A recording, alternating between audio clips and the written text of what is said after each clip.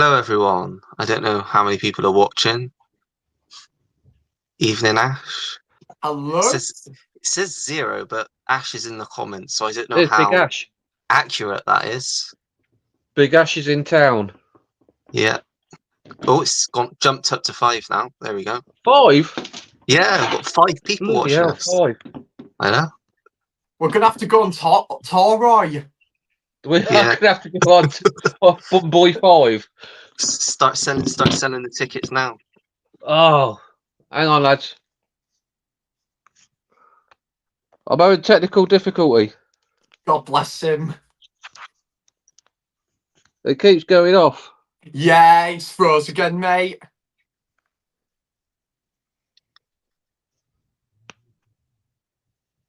Hello, Marcus. All the best to Leeds tonight, Marcus.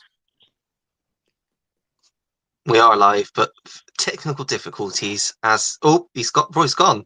Oh. Oh, dear. I think It's gone. Yeah, hopefully it'll come back, mate. Yeah, we can carry on. But Jim's movie channel. Hello oh, from the hello, USA. mate. Hi, Jim. Hello. Oh, I think he's in the lobby again.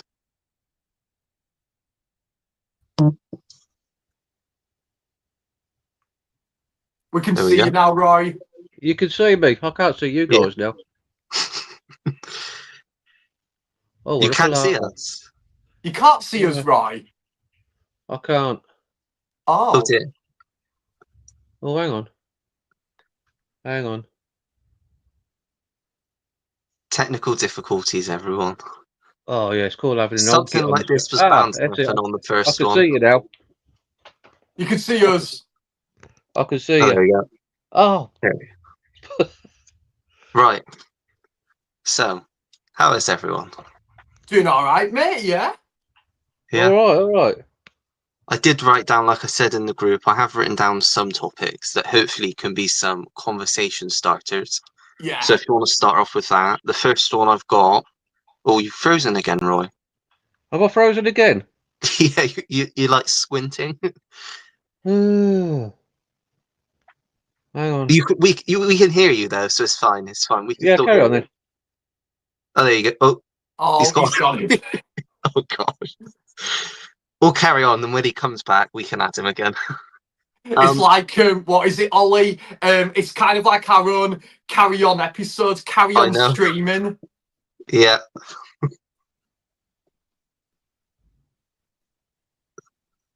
I think there we go. Is that it? Yeah. Right. We can see and hear you now. Right. I don't know how long it'll last, but there you go. And Marcus's comment. Thick as mincemeat. That's quite funny, actually. That's quite funny. Oh, definitely. Right. Right, go for it. Oh. What? Oh, man. It is literally like a carry-on film. Yeah, with no pun intended. Carry on, idiot. Carry on streaming. Yeah. Oh. Do you know what, man? Let's just ignore that Roy just keeps popping in and out. So I don't know if you got a chance, Sam. Did you get a chance to see any of those trailers I popped in the group?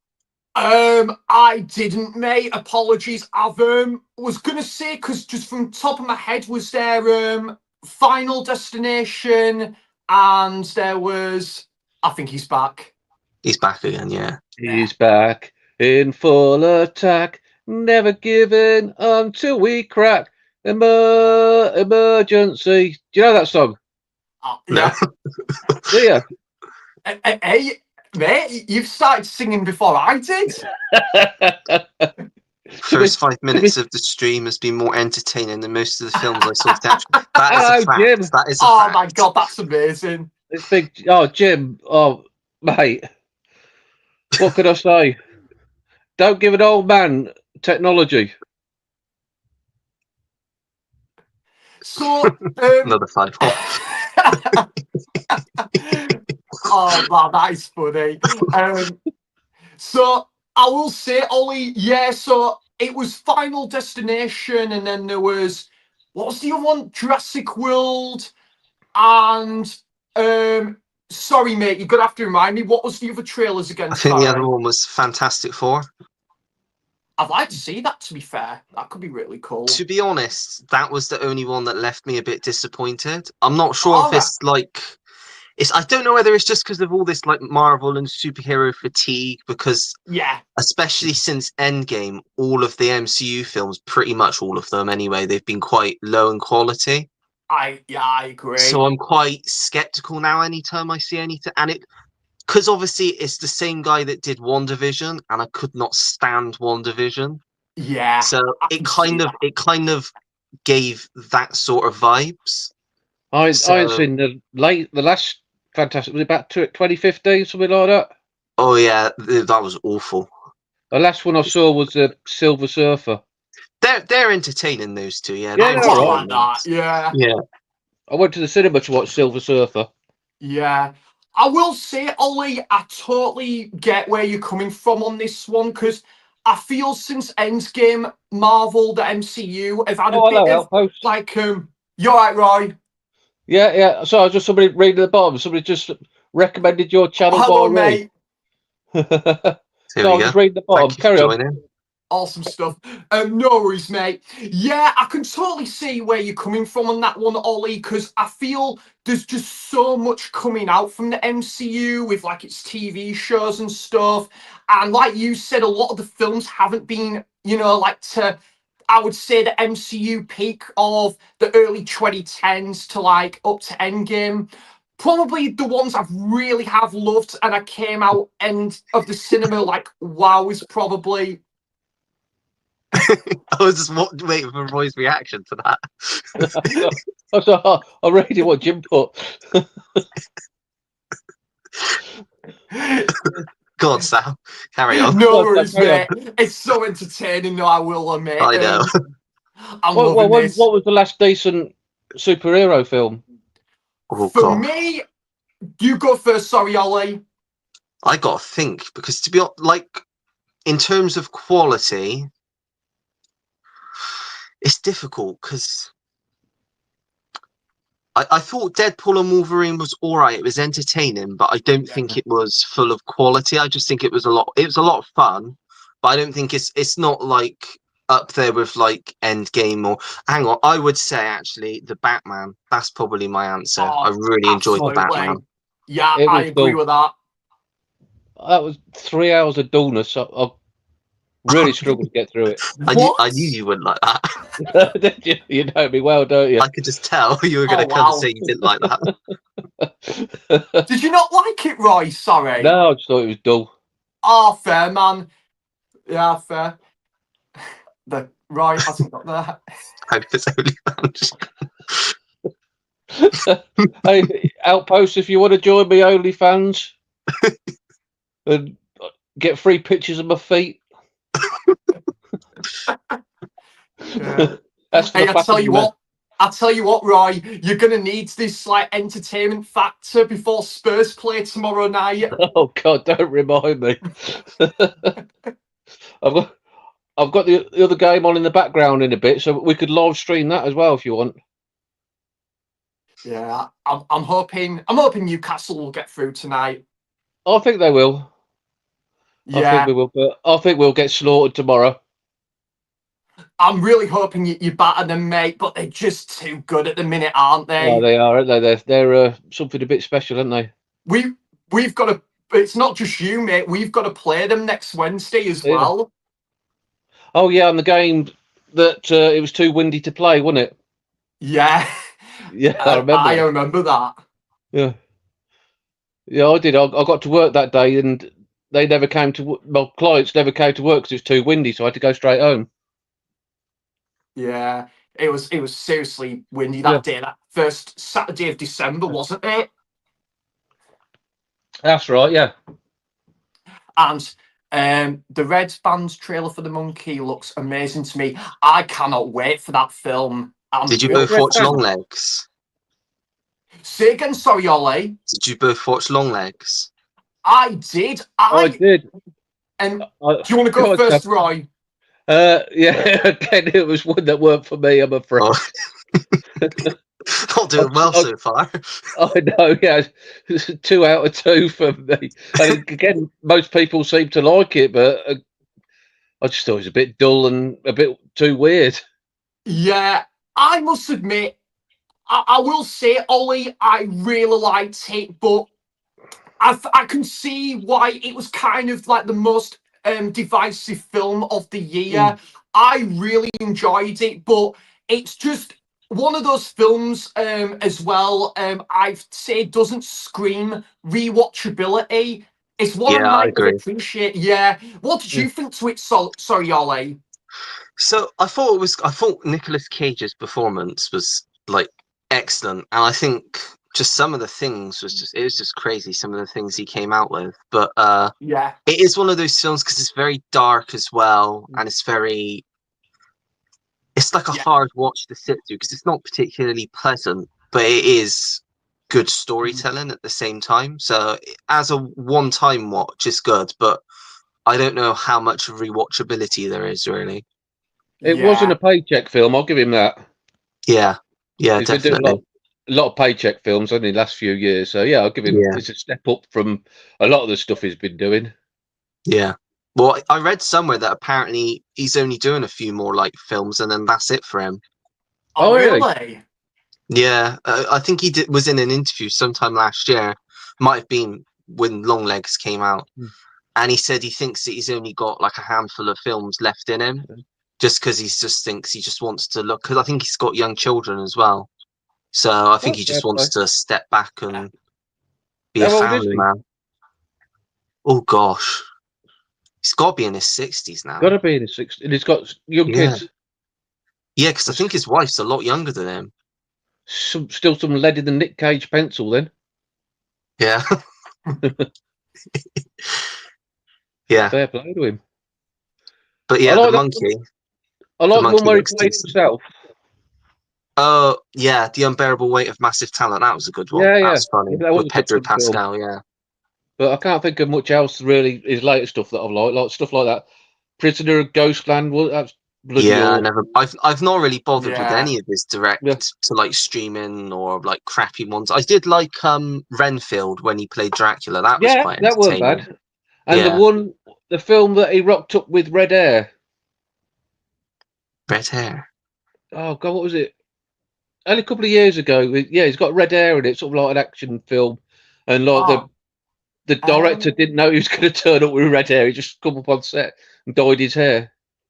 Oh, God, I don't know that one. He's done so many. He must have I think he must do like 3 or 4 every year. Yeah, he's got to do, hasn't he?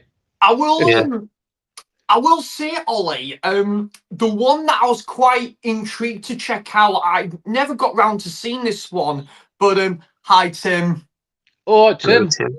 Hello, buddy. Sorry, I couldn't jump on. Try and dip in and out while I cannot work. Jaded by the Marvel films, flogging Red Rum with those. Did you see Tim pulled that out on his video? He said they like Red Rum with that film, flogging a dead horse. That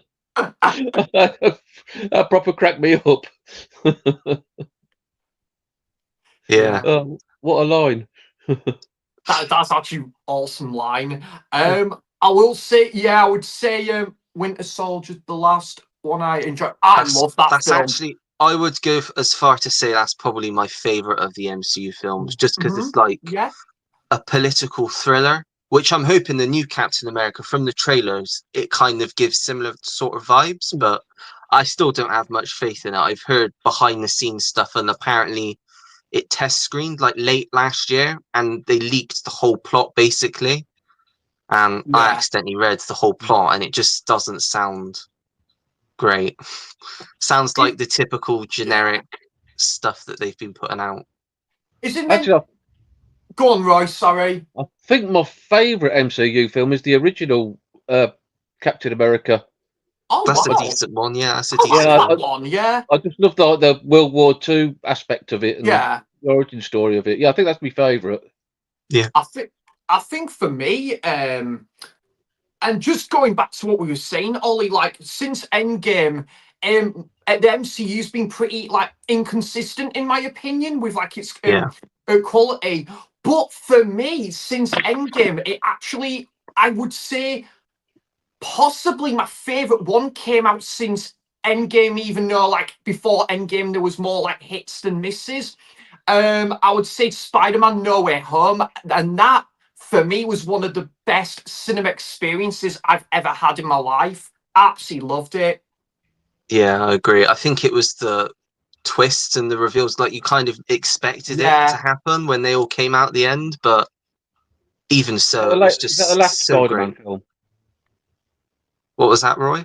Is that the latest Spider-Man film? Yeah. The Yeah, last no, one that came out, yeah. I don't think I've seen that, and I've had a copy for years. Go figure, but that's me. oh, it's I don't think amazing, man. Yeah, I don't think you can beat the Maguire Spider-Man films. Oh yeah, they're the love them best. films. Yeah, Yeah. they're definitely like the first two are like childhood favorites for me. Yeah. Definitely. Yeah. They weren't childhood films for me. They were childhood films for Nathan. We used to Well, play I was born the year that the first one came out, so that shows how young I am. Oh, what year is that? Early 2000s. 2002. Yeah. Yeah. So, but I'm very young. 2001. Two, I think. 2002. Yeah. 2002. Yeah. You're So, actually older than I thought you was. oh, am I? Oh, So that makes you what, 23 this year? yeah, in May. Yeah, Yeah, I thought you were like 19, 20. fair enough. I guess I look young. Fresh face. Yeah. Although I do need to have a shave. Yeah, I don't think you can beat the Maguire Spider-Man. Yeah, definitely. Weren't too keen on, was it Andrew Garfield? No, I think I've only ever seen those two once. Yeah, Yeah. he only did two, didn't he? Yeah, I Yeah. thought he was pretty good in the role as Spider-Man. It's just a shame he didn't have like the best sort of quality. You know, like there was kind of like missed potential there. But yeah, I hope one day we might get a new like Spider-Man film with him that's like kind of maybe with decent writing and stuff. We'll have to see how that plans out. Yeah, definitely.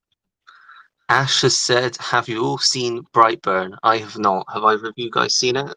Yeah, Brightburn. Yeah, Brightburn's good.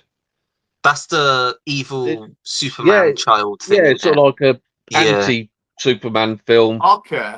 yeah. It's It's something to do with James Gunn, isn't it? I think he did he write it or produce it or something? Because it's got a lot of the same I think he has actors. some hand in it.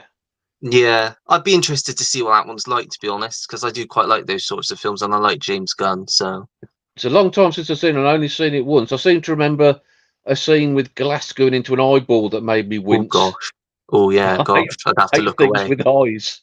Yeah, I'm pretty sure. I'm sure that's the one, isn't it, Ash? If you can back me up on that. Yeah, I'm pretty sure like a shard of glass goes into oh an eyeball. Jesus. I just scrolled down. We've missed like 30 comments. 30. After this, there must be about 30 comments. That's Well, what it's like catching up with the well, live chat in I know. the chat in the WhatsApp group. Isn't it? Yeah. Deadpool Wolverine was entertaining as hell. Yeah, it was I a fun enjoyed time. it. Yeah, definitely. Not seen it yet.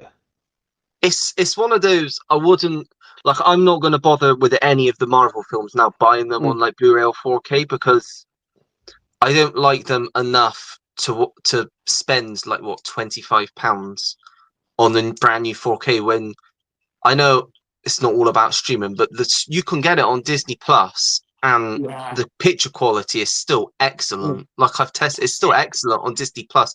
So I just don't see. I think I stopped collecting the Marvel. I think the last Marvel film I collected was the last Doctor Strange film, which I thought was just all right. I don't think I've got Yeah. any of them since then. I think I've got them up to the last Spider-Man film, and so I haven't got around to watching it yet. So Yeah, just totally lost interest with it. Yeah. Marvel, sorry, I like to. Yeah, DC's been pretty good recently with Batman, although Joker 2 was not so great. Have either of you seen it? I I haven't. go on, Roy. Sorry. No, I was just going to say, I've got a funny feeling, but I don't know why, that I'm going to like it because I do like Everyone Gaga. else doesn't like it as well, so I you'll know, like and it. everybody else doesn't like it. It just Yeah, seems to be the way I go with it. Yeah, I do like Gaga. I think the A Star Is Born that she was in, I thought she was absolutely bloody fantastic in it. Like yeah, definitely. the chemistry she had with Cooper was off the wall. I thought she was fantastic. So I will, when it see it at a good price, I'll get it and give it a watch because I just got a funny feeling that it's going to resonate with me for some reason. Yeah, definitely. Probably because I'm Um, an oddball, but there you go. yeah, Yeah. I mean, for me, I think there were parts of it that worked, but overall it just fell flat because I think they just tried something too different to the first. And well, I won't say anything about the ending, but the ending just it just ruins the first film. Really, it Yeah. just it's like stamping on the first film, what everything that the first film did. So yeah, I just didn't get on with it much. What about you, Sam? What did you think? It was my favorite film of last year. Oh, was it? Nah, I'm No, only it wasn't. joking. He I has was me gonna on say. like this. He's I had me on like this. I can't remember what film it's on about one day. Oh, it's terrible. Oh, I couldn't stand it. And I was going, Sam, what? I can't remember what film it was, but it was an absolute classic. Then after which half an hour, one? you were telling me about this. I can't remember what film it was. I was on about a film, and it's a classic, and you was, oh, it's terrible. I hated it. Couldn't stand it. And Was it's this going in on my for, latest video, Roy? no, this is when we're having a live talk. Was And after about 15 minutes, you said, I do like it, really. You're just winding me up. I think I have done something like that in the past, but yeah, yeah. Yeah, Ollie, I didn't like it. I thought it was just a missed opportunity, in my opinion, and I wasn't a fan of the songs. Again, I kind of liked the start of it, the first 20 minutes, but then Yeah, after that, it just became a little bit dull as dishwater, really, in my opinion. And I thought the acting was good, but it was just a bit of a it kind of felt a very watered down sort of sequel in comparison to the first film, which controversially, I wasn't a big fan of the first film. I did prefer the first film, but I just thought Parasite, for me personally, was far, far superior. That came out that year. But Joker, I'm willing to give another go, definitely. I included it in my video of films that I need to like revisit and stuff. But I would say the second one though for me, Ollie, was definitely a one-time watch. I've just got no desire to revisit it. There was a lot of great ingredients about it, like the production design, the acting, some of the sets designs as well, the costume. But but other than that, yeah, it was pretty below par, really, in my opinion. you're gonna Yeah, like, slate me here, well, but a film that everybody hated last year, and I mean pretty much everybody, but I actually really liked, and everyone's gonna slate me now, was Madam Web. not seeing it. Cool. I'm not even joking. I actually thought it's not a masterpiece by any stretch of the imagination, but I thought it was still a lot of fun. It did feel like it should have come out 20 years ago, but I thought it was still fun overall, and it was nice seeing them all in action. Do you know No, what, not, Ollie? You're not actually on your own with on that one. There is actually a couple people that really like that movie. Alan at Kermit's Ghost and Jamie Powell and James JT the movie. So it's actually got its fans. That movie. It's if I ever go into that movie, mate, I might go into the similar mindset to Batman Forever or Batman and Robin, knowing that this is not a particularly good or great movie, but I could learn to have fun with it. So I might give it a go, but I might have to maybe watch it with a friend and maybe have a couple of drinks or something. what do you mean, Batman and Robin isn't great? Batman and Robin. Oh, it's amazing, mate. I give it a 5 out of 5 on Letterboxd. 10 out of 10 on IMDb. Yeah, it's absolutely superb. I've not seen it yet. Oh, it's Jim, come on, you know you want a platinum membership.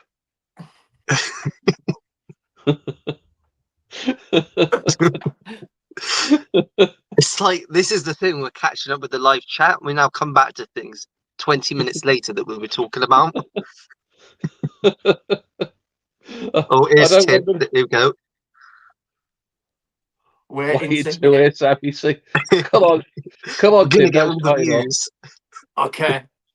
Today is gonna be a great day, and it has been, and this live stream's going great, and it's gonna be a great time, and it's all about choosing life, and we're going live, and we're enjoying life to our full potential, and it's great to be on here on a Wednesday night, and everybody is having a great time. And he's going to add some more VHS to the collection. Again. That's an all-time classic, the VHS song. Well, we'll wait till I'll tell you what, Roy. We'll like basically we'll have to work out like the lyrics of songs, and then we'll be going on tour before we know it. We'll get an album deal. Definitely. Funnily enough, we're going to need a manager. During that song, we've somehow gained 2 viewers and lost 2 viewers at the same time. Oh, By the time, sorry, Ollie. in the I knew this was going to happen when I'm here. No, but in the middle of your singing, we've lost another 2. Oh no! I'm in the so middle sorry, of your singing, mate. it went up to 10, and then by the time you finished your song, it's gone down to 7. So I don't know how that happened. Hey, if they can't appreciate your singing, Sam, they're not worthy, are they? This is it, mate. It's all just for a bit of fun, end of the day, and Roy, we just, like we're still having fun, and that's all that matters, isn't it? That's it, mate. They're not worthy. Some more about Longlegs. Longlegs was enjoyable, though disappointing. Definitely. Yeah, I can see that. Longlegs for me was an odd one, but I think it'll be better on a second watch. I don't know. I think I will get. I got the Blu-ray now, so I think I will give it another watch at some point. But I think I need to give it time before I give it another watch, because it's not one, like I said, it's not rewatchable. But I think it deserves a second watch at some point. Yeah. Longlegs did not live up to the hype. 6 out of 10. I'd give it about 7. I'd say 7. Yeah, I'd go similar to that. I think I gave it like a. What did I give it in my review? 7.5 out of 10. Yeah. What about you, Roy? It was all right. I thought I was going to really like it. So again, if I'd have gone in with 0 expectations, like maybe I would have enjoyed it more. But yeah, I think it was 6, something like that. Not enough Nicolas Cage, definitely. I think if there was more Nicolas Cage, it might have been. He was definitely underused in it, but when he was in it, he was creepy as hell. You could never get too much Nick Cage, can you? Watch might make a bit more sense. I see. That's Marcus. Yeah, he's coming back after. The Monkey is based on a Stephen King story, and it's supposed to be over the top gore. Yeah, I've heard that. I mean, the trailer kind of captures that, and it looks like it's going to be like a really fun watch. But that's one by the same director, isn't it? It is. And apparently he's already done another film as well that's coming out later in the year. Is that on Netflix? No, I think the same company that did Longlegs and the Monkey are releasing it. Wow. Neon Films. Okay. So I don't know what it's about though, but I did read somewhere that he's already done his next one as well. Match about to start, so I'll try to check back in at halftime. Thanks for joining. Thanks, Marcus. Good luck, Marcus, with the match. Marching on together. I've not seen that one. Have either of you seen that film? I haven't, no. I haven't. I've heard it's pretty, really good. So I definitely need to check that out sometime. There's a lot of Nick Cage films I haven't seen, like even like Con Air, That's and then another the great one, one. literally Yeah, that one that yeah. Ash mentioned. Yeah, Dream That's Scenario. yeah, I saw that one at this again. Very weird, very out there, but Ah, great dream it scenario. works with Just Nick that one. Cage. It really Yeah. works with him in the Mm. role. What's your favourite Nick Cage films? Oh, that's hard. Oh, I got a soft spot for The Family Man. I do watch that every Christmas. I've got a soft spot for that Not film. seen That's that. decent. It's a Chris. It's basically he is like a businessman, and he leaves the girl that he's basically in love with to like lead this big bachelor life of being a businessman. And then All one right. day he basically goes to sleep. I think it's on Christmas night, and he wakes up and he's got like kids with the woman that he left, and he's like a family man, and he's got nothing. His past life, he's got nothing, and he's basically got to try and live with it. It's quite funny. It's quite good. It's heartwarming as well. So it's nice on a Christmas watch. I've No, been not seen meaning that. to I'll have check to that I'll out. watch Yeah. that. Yeah. Do you know what? Like, oh, hello, Jodie. Hey, Hello, Jodie. Jodie. Yeah, Love I need to Jodie's check that channel. out. Isn't it brilliant, Jodie's channel? Oh, Yeah, fantastic, very mate. good. Yeah. Yeah. I only found out. I think it's because she watched one of my videos around Christmas time, Yeah, and I went and I've just been watching all of her videos, catching up yeah, on all of her videos. I think she does some great stuff. She's yeah. done Great. really well as well, Yeah, guys. Yeah. She's been. I think she started out YouTube about a few months after I did, and yeah, Yeah, her subs are growing and stuff, and she does a fantastic variety of content. Yeah. yeah. It's Real good always taste in films. yeah. absolutely, and I Dustin will. Hoffman. Yeah, oh, absolutely, Ollie. And I will just quickly say on that one as well, Roy, it's always great to see, like, even like from last year when I kind of started out my channel, but other people last year started out their own channels as well. It's always great to see people Yeah, kind of yeah. It's join the brilliant. YouTube community. It's brilliant. I'd recommend anybody who thinking about it, just give it a go. Definitely. Yeah. Just give it a go. Tim And saying hello, Loons. Good stream. all right, Tim. And Thanks, Spy Tim. thriller, more than hero film. I think. Yeah, definitely. I think it's more of like a Yeah. political spy thriller film, and it's got Robert Redford in, and he's great. Uh, there we go. There we go. Robert Redford. Yeah. Have you seen 3 Days of the Condor? That's a great film. I've no, heard I've not of it, seen but that I've one. not seen it. That'd be right up your street, Roy. Yeah, It's a I've heard great film. so many good things about it. So I don't know why I haven't seen it, and I haven't got a copy, so it should be one to put on the list. Yeah, I don't know if it's actually got a UK release. I think I've seen somewhere that there's like a German release that's fairly All cheap. right. So yeah, I might have to look at that one. Mhm. Watch from Far From Home. Far From Home was decent as well. That was a decent Spider-Man film, I I thought. liked that one. Yeah. Yeah. I'll get them both mixed up. No Way Home, Far From Home. Oh, sorry, Roy. Just to say, Leeds have scored 1-0. Marcus will be happy. Jim has. You're right there. I've definitely got socks older than them two. Yeah, Ash said that is the right scene you were talking about. Yeah. I thought it was Ash. It's like pretty hard to watch, isn't it? Sure. I don't know. I don't think he will Yeah. because we have quite similar taste in film. Yeah. So I don't think he will like it. I'm not sure. It's not Yeah. one. I've heard very few people come out of watching it and saying that they really enjoyed it. Most of the people are on the same side that they just didn't like it. So I think Jordan really enjoyed it, and I think John Mondo, Chelovek, and a couple of other guys really enjoyed it. So I think the film has got its fans and stuff. But yeah, do you think though was actually Ollie? Was this meant to be the second and final Joker film with Joaquin Phoenix? yeah, I think originally they weren't even going to do a second one, but I think because of how popular and well the first one was received, I think they did decide to do the second one. But I think they should just have left it at the first one, to be honest.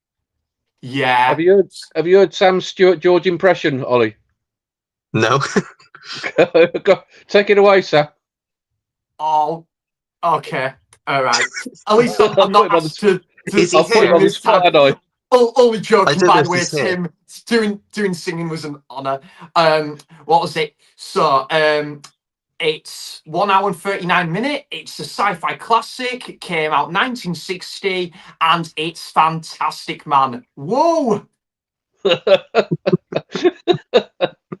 Woo!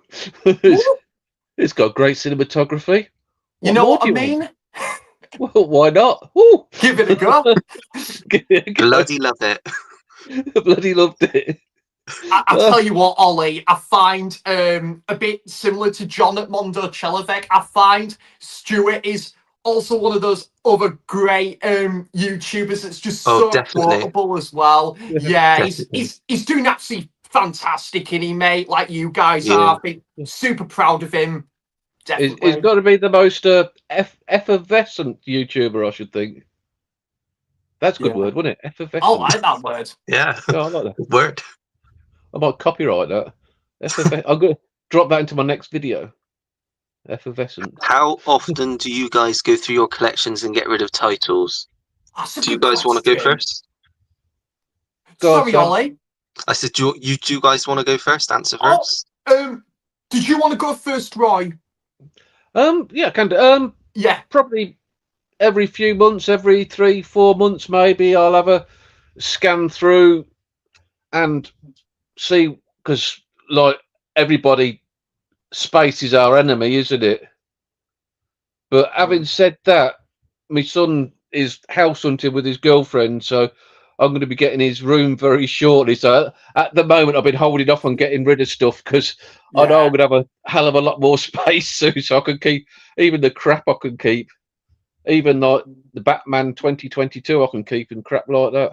And Forrest Gump, sentimental films like that. Don't get him started. Do not get him started on Forrest Gump, Sam. You know I own him as well, love don't it you? though, Ollie. I'm with you there. I think it's absolutely amazing. I've gone through every edition of it. I've gone through DVD to Blu-ray. I think I even had the special edition Blu-ray and now the 4K as well. Yeah. Get it on 4K. I've even got this as well. I've got a Blu-ray copy. Why do I have a Blu-ray copy? Why is it keeping up a valuable space on my shelves? We'll have to force you to watch it one day. Just you know do what? Do a Clockwork Orange and tie you down to the chair and make you watch it. Yeah, like Clockwork Orange style. Yeah. I'll tell you what. This is a great idea, Ollie. You might be up for this. What about? By the way, quick question: but have you only seen it the once, Roy? I've seen it twice. What about your third viewing, and we could do a watch along, and we'll see. Either way, it'd be absolutely fun, and we could have a watch along, and we'll see if the live stream and this could maybe change your opinion on third viewing. We could go from possibly a 1 out of 10 to a 5 out of 10 or something. I don't think I could do it again. Maybe I could watch it like the Man City fans watch their games, like when they turn their back. Yeah. Do the post oh yeah, I just got that. I could watch it like that, couldn't I?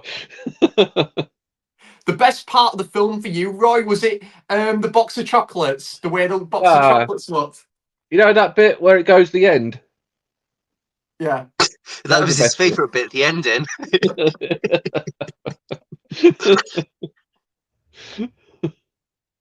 How about you, Sam? How often do you go through your collection? Great question, by the way, Ash.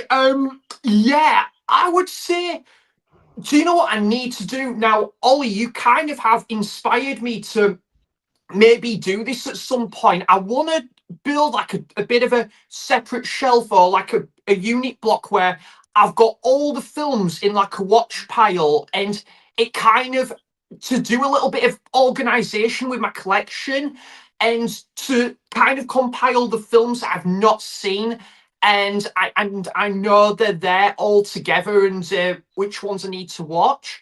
But the titles that I think a couple of which I mentioned in my latest video, I'm debating whether to keep or not. But I would say, for a good example, just a film that I would rather just pass on to like a fellow YouTuber and just know that it obviously someone might have a better chance of liking that film than me. Good example. This is like Bad Lieutenant. I really didn't like that film personally, and I gave that to Roy, and Roy absolutely loved Oh, it. it's great. I'm really glad you enjoyed it, That's mate. brilliant. Definitely. But I like to think I keep most of my titles, but now I'm even starting to think there's one or two I might eat. I just the ones that I know I for certain I'll never watch again, and I might see if someone like a fellow friend might enjoy that more than me. Or the other one, Ollie, is I would say like if I ever upgraded like to like 4K from Blu-ray, and that Blu-ray I might pass on to like a fellow YouTuber or fellow friend. So I think that's kind of how I probably just something like that. Yeah, my bees. Yeah. Well, me personally, I think Ash probably knows because we had a big conversation last year through the comments when I was doing culling my collection. I think I try and do it Okay. at least once a year, but now I think I've got to the point where everything I have in my collection is actually, because obviously I separate what I've seen and what I haven't seen. So I'm pretty confident that everything that is over there that I have seen is things that will Yeah. stay unless I need to like rewatch them. There's not Mhm. very many because I usually pull them out and put them on that shelf if I need to rewatch them. So it's usually now if I watch a film and I instantly think I don't think I'm ever going to watch this again, I just straight away I've got two piles. I've got a charity pile and I've got a CEX Mhm. pile. I'll scan it in the app and if it's worth anything, I'll put it in the CEX pile, and if not, I'll put it into charity. But yeah, I think now I don't really get rid of as much because I'm more careful with buying as well. I only buy films that I know I'm likely to like. So yeah, I've Yeah. probably getting into the hundreds I've given away to charity last 2 or 3 yeah, years, mainly DVDs. Yeah. yeah. I got rid of most of my DVDs a Same while ago now. actually. Yeah, Yeah. And I think the charity shops have struggled to sell them as well now. I yeah, think they probably sadly just end up getting binned, a lot of them, which is quite sad, really. yeah. It is. Yeah.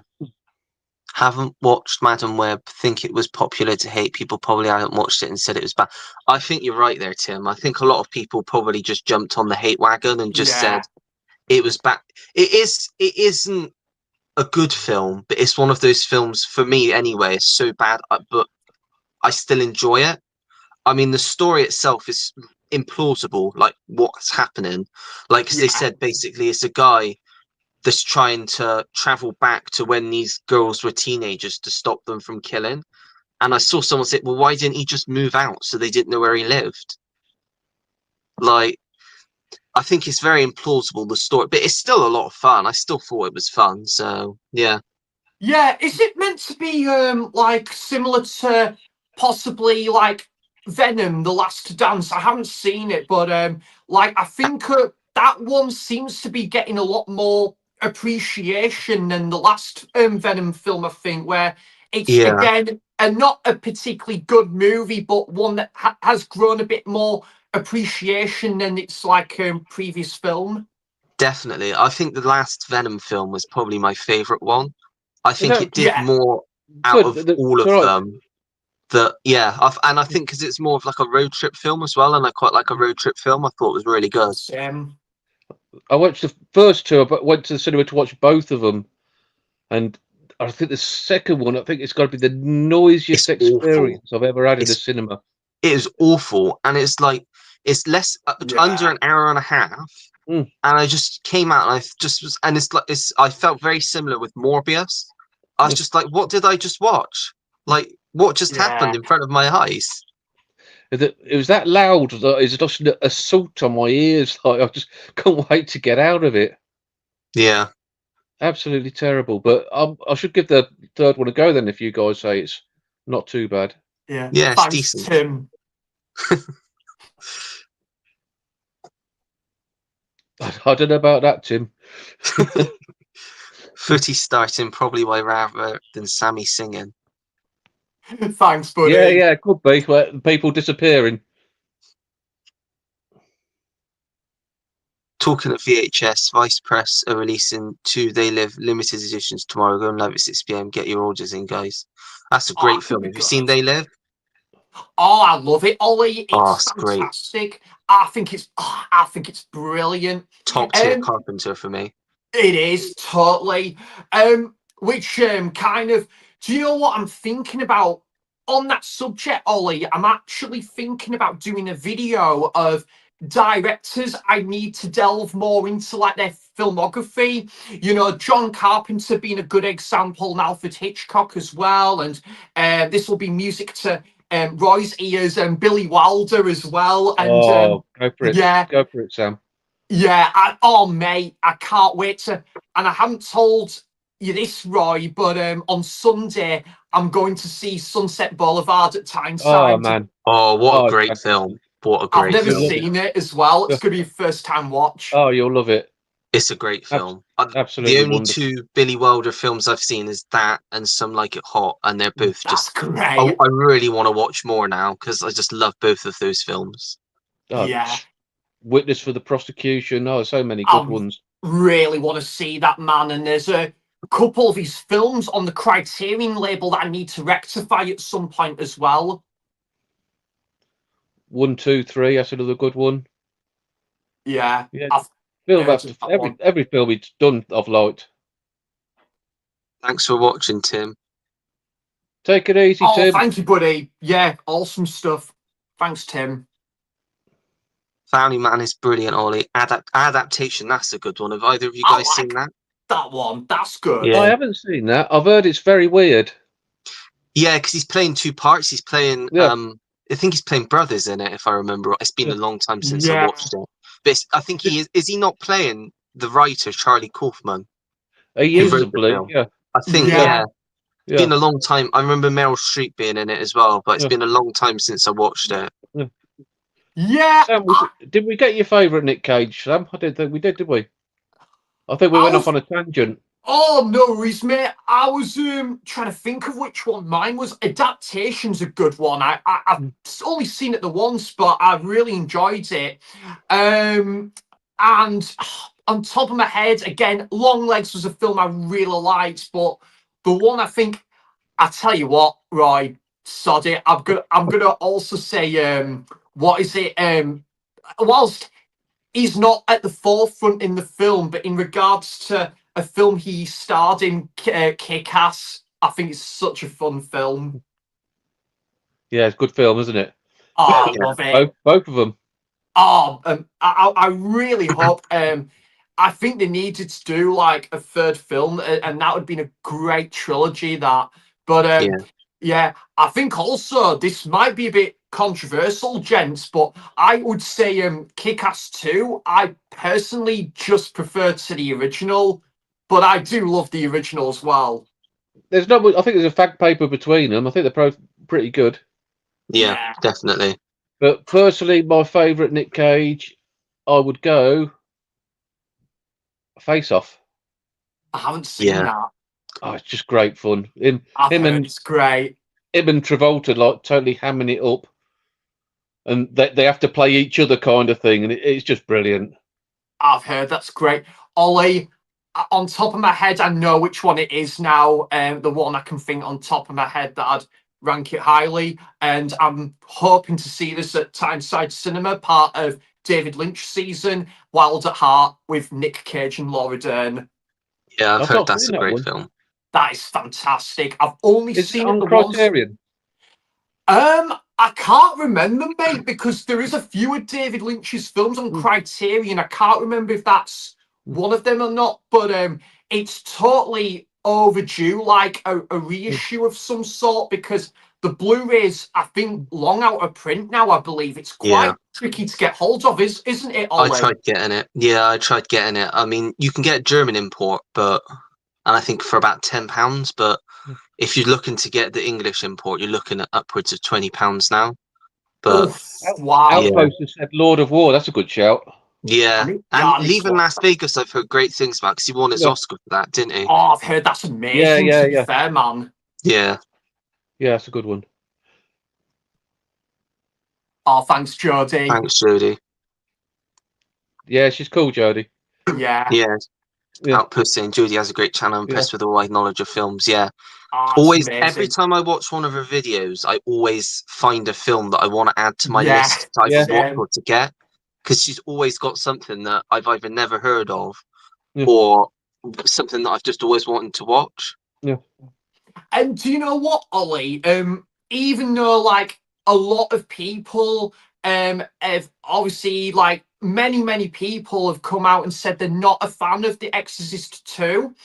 And whilst it's a film that I'm not in a mega rush to check it out, it was actually nice to see someone actually that came out and said they really enjoyed it. And Geordie being enthusiastic about that film and many other Oh, films yeah, in it's that good. video.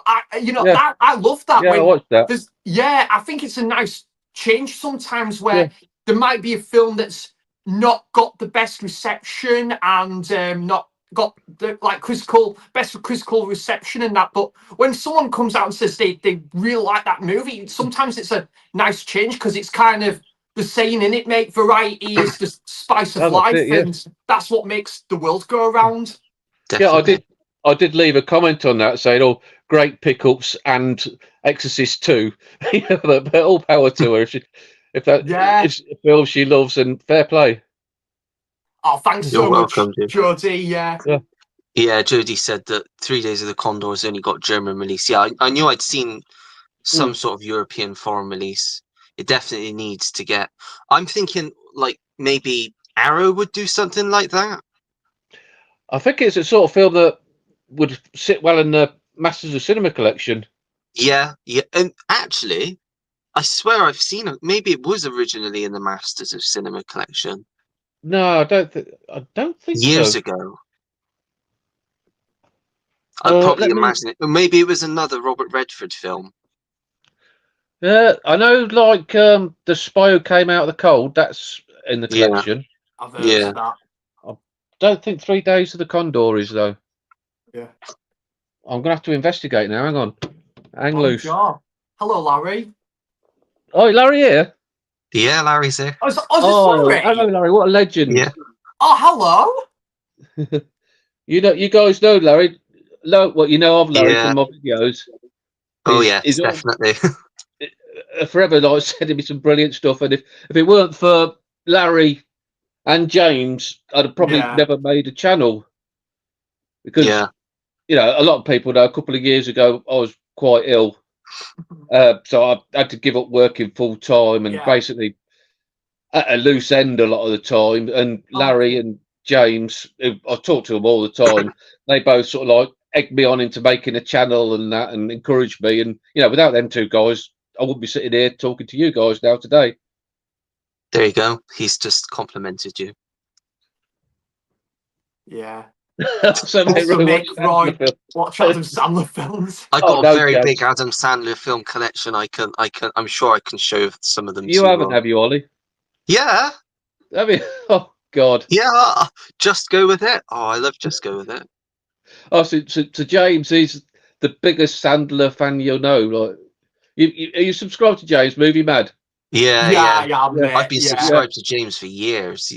Oh, he's got a Adam Sandler onesie and Adam Sandler duvet cover and everything. He has. Yeah, it's Adam Sandler and Kevin Costner in it. His two favourites. That's another one, Costner. Yeah, and Mel Gibson. Mel Gibson. Yeah, everyone loves Mel Gibson though, don't they? Yeah. Is that angle all right there? Yes, fine. That's good, Roy. Yeah. Well, there we go. That's a good question. Oh, here we go. I'm going to instantly. My instinct is to go for the 90s. 90s. Just where some of my favourite films came out. Yeah. What's yours, Sam? It's the same favourite decade as you, mate. The 80s. The 80s.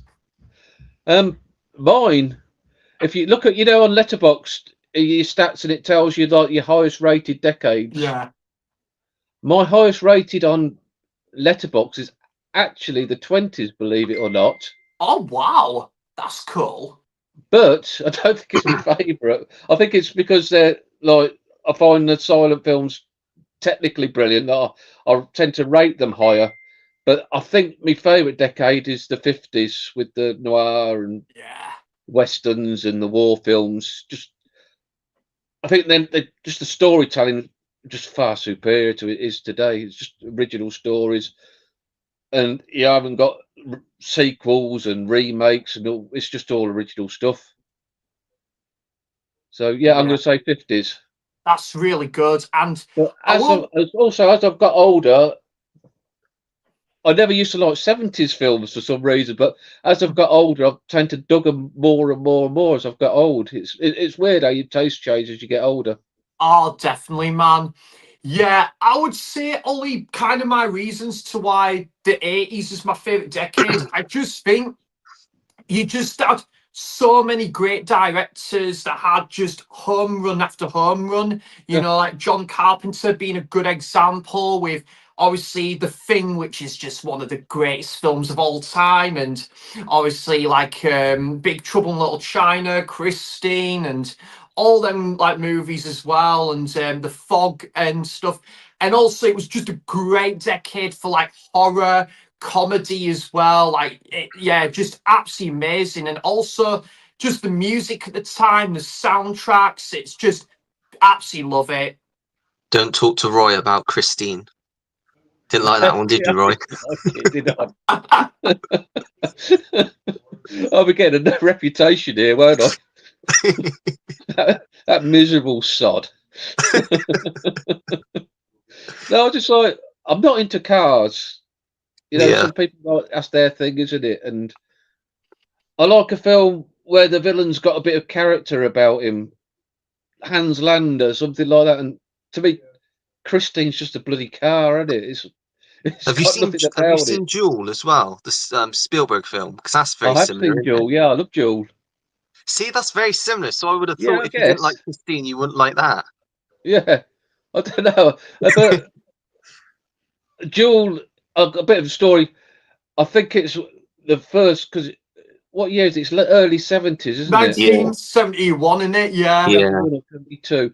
And it's probably, that is one of the first films I actually remember sitting down and watching with my dad.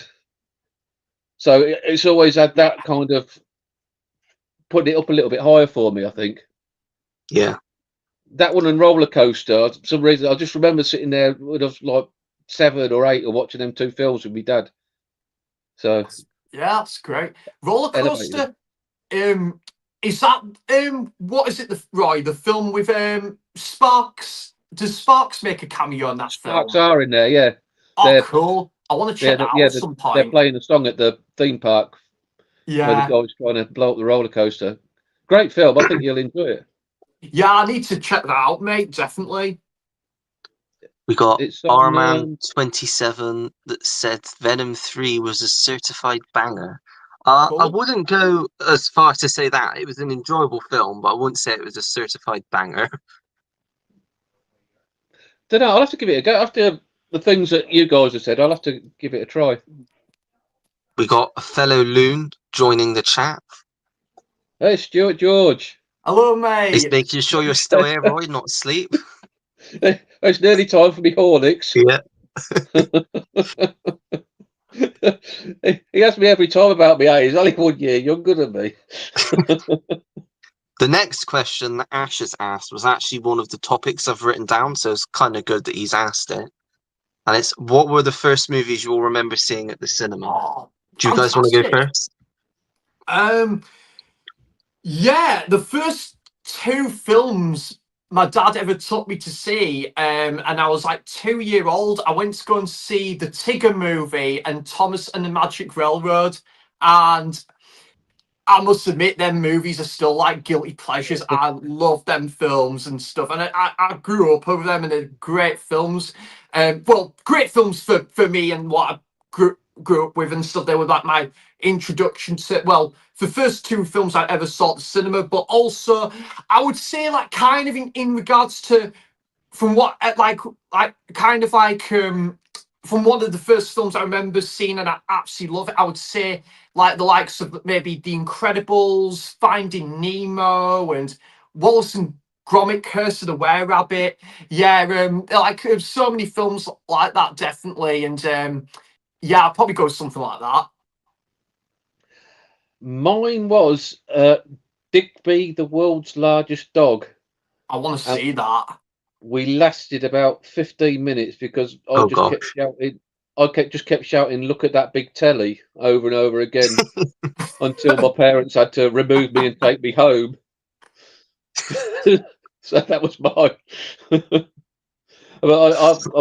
I've got a DVD copy and I've watched it since, and it's a good film. It's got Spike Milligan Oh, in. nice. Yeah, it's quite funny. Yeah. For me, it would probably be. I think the first film that I was told I'd seen at the cinema was The Incredibles, but the first film I actually remember seeing at the cinema, which again, similar to you, Sam, it's not a particularly great film, but it's a guilty pleasure for me. Although I Yeah. know, Roy, you don't believe in guilty pleasures, No, I but don't know. it's Chicken Little. I actually quite like that film. Don't mind It's it. decent. Yeah, I've seen it a few times since then, but it's not the best Disney film, but it's decent. And then I think after Yeah. that is the second Ice Age film I remember seeing as well. Oh, I remember going to see that. Yeah, they're both not bad movies, then, mate. I quite like both of them. Yeah. I quite like The Incredibles. Yeah, that's decent. And I like the I sequel love as The well. I thought the Incredibles. sequel was actually pretty Yeah. decent. Not seen the Oh, sequel. yeah, I love both of them films. Are they meant to be what do you call it, Ollie? Are they meant to be doing a third Incredibles film? I think they Yeah, are. I think it's supposed to be 2027 at some point. Because obviously we've got Toy Story 5 next year, so I think that'll be the Pixar film after that. Yeah. Toy Story. I don't know. It's like I felt they should have left it as a trilogy. I felt that was Definitely. kind of the perfect ending as a trilogy. They got away with it with the fourth film, was still a very, very solid film, but I don't know what direction they're gonna like go into the fifth one, considering how the fourth film ended and stuff. Is there gonna be like any returning characters, new characters? So it's gonna be interesting to see where they're gonna go with the fifth film. I've seen some concept art for the fifth film, and it looks like they are all returning, but it looks like this time it's kind of more to do with like tech, like iPads and stuff taking over kids, like not being Okay. interested in toys anymore. I think that's more what That the could be story's going to. So it could be interesting.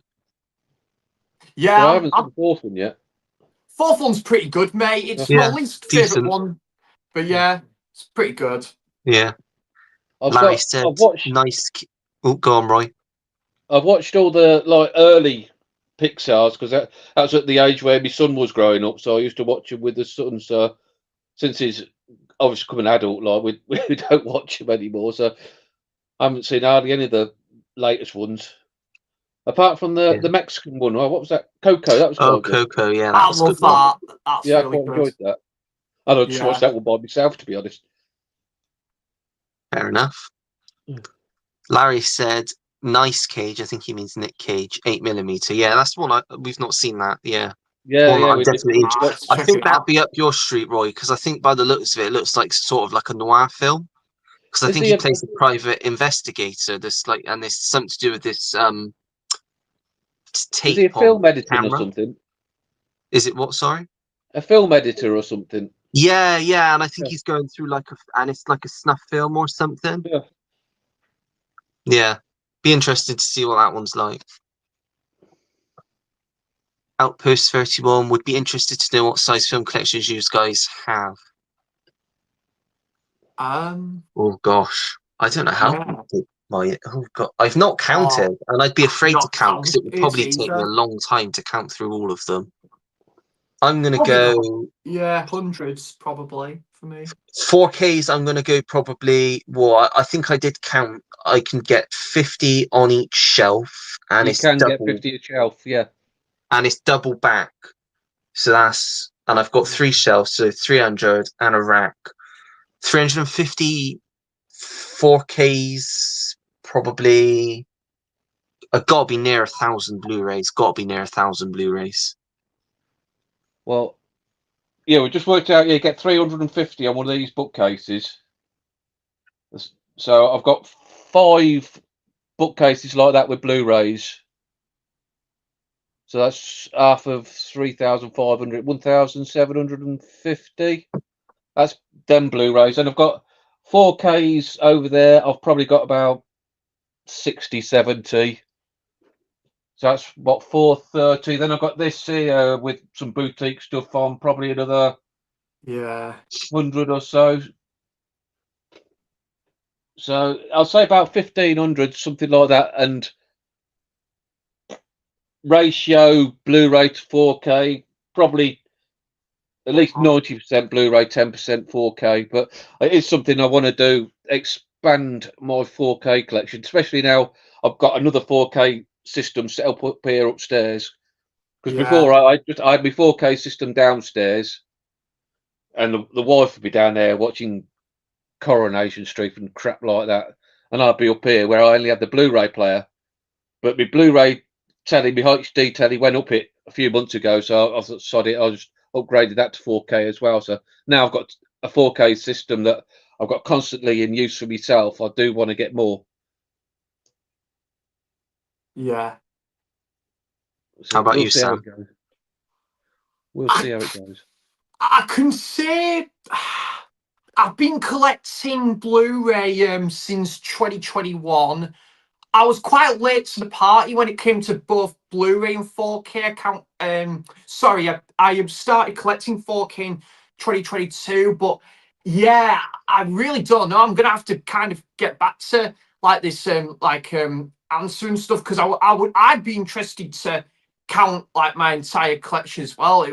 It's definitely food for thought, definitely. And do you know what, Ollie? Like, a lot of amazing channels, a lot of amazing collections. I kind of wonder where how many titles Andy's got up to now. He's got like an amazing collection, and you know how we were saying, Ollie, about learning something new, like something new, and also like finding like new movies to watch. You can always rely on like yourself, Roy, and many other people, but definitely Andy as well. Like Andy, like it's like I always find like these hidden gems and discover them. It's incredible. That back wall in his rooms is brilliant, isn't it? Oh yeah, it's amazing, isn't it, man? I think he's probably got more than Kermit, hasn't he? I don't know, but it's close. Yeah, I mean, because obviously Alan's just Blu-ray, isn't it? But I think he's not made the 4K step up, has he? Yeah, I don't think Andy. I think Andy's a mix, isn't he? I think he's got DVD, Blu-ray, and 4K. Yeah, he has. Yeah. But it's amazing. Like the figures he's got as well. It's brilliant. And it's really interesting. But I'd definitely like to do. I need to definitely add like more like other like from yourself as well, Ollie, like discovering like other like maybe hidden gems and stuff. Keep on top of that with adding them to the watch list and take good recognition of them, because that's the amazing part of the film community and YouTube. You're always discovering new movies from new and previous years. It's fantastic.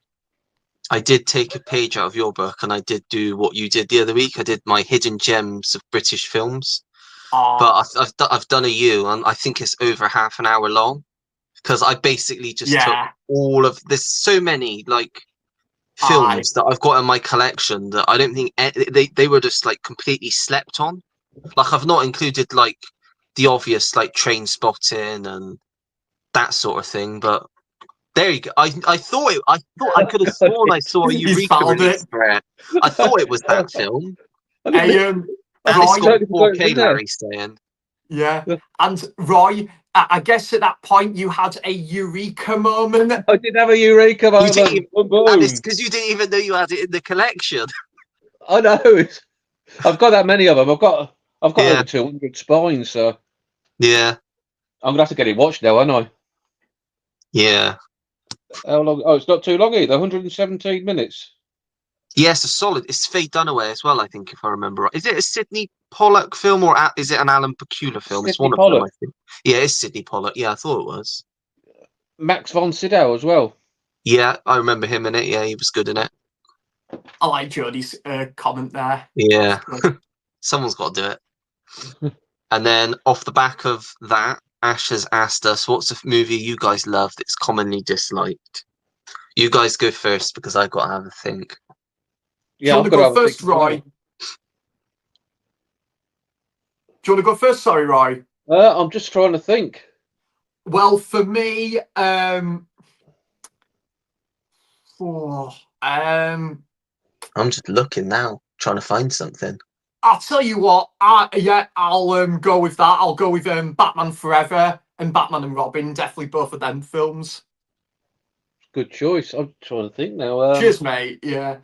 Just thinking of another one now.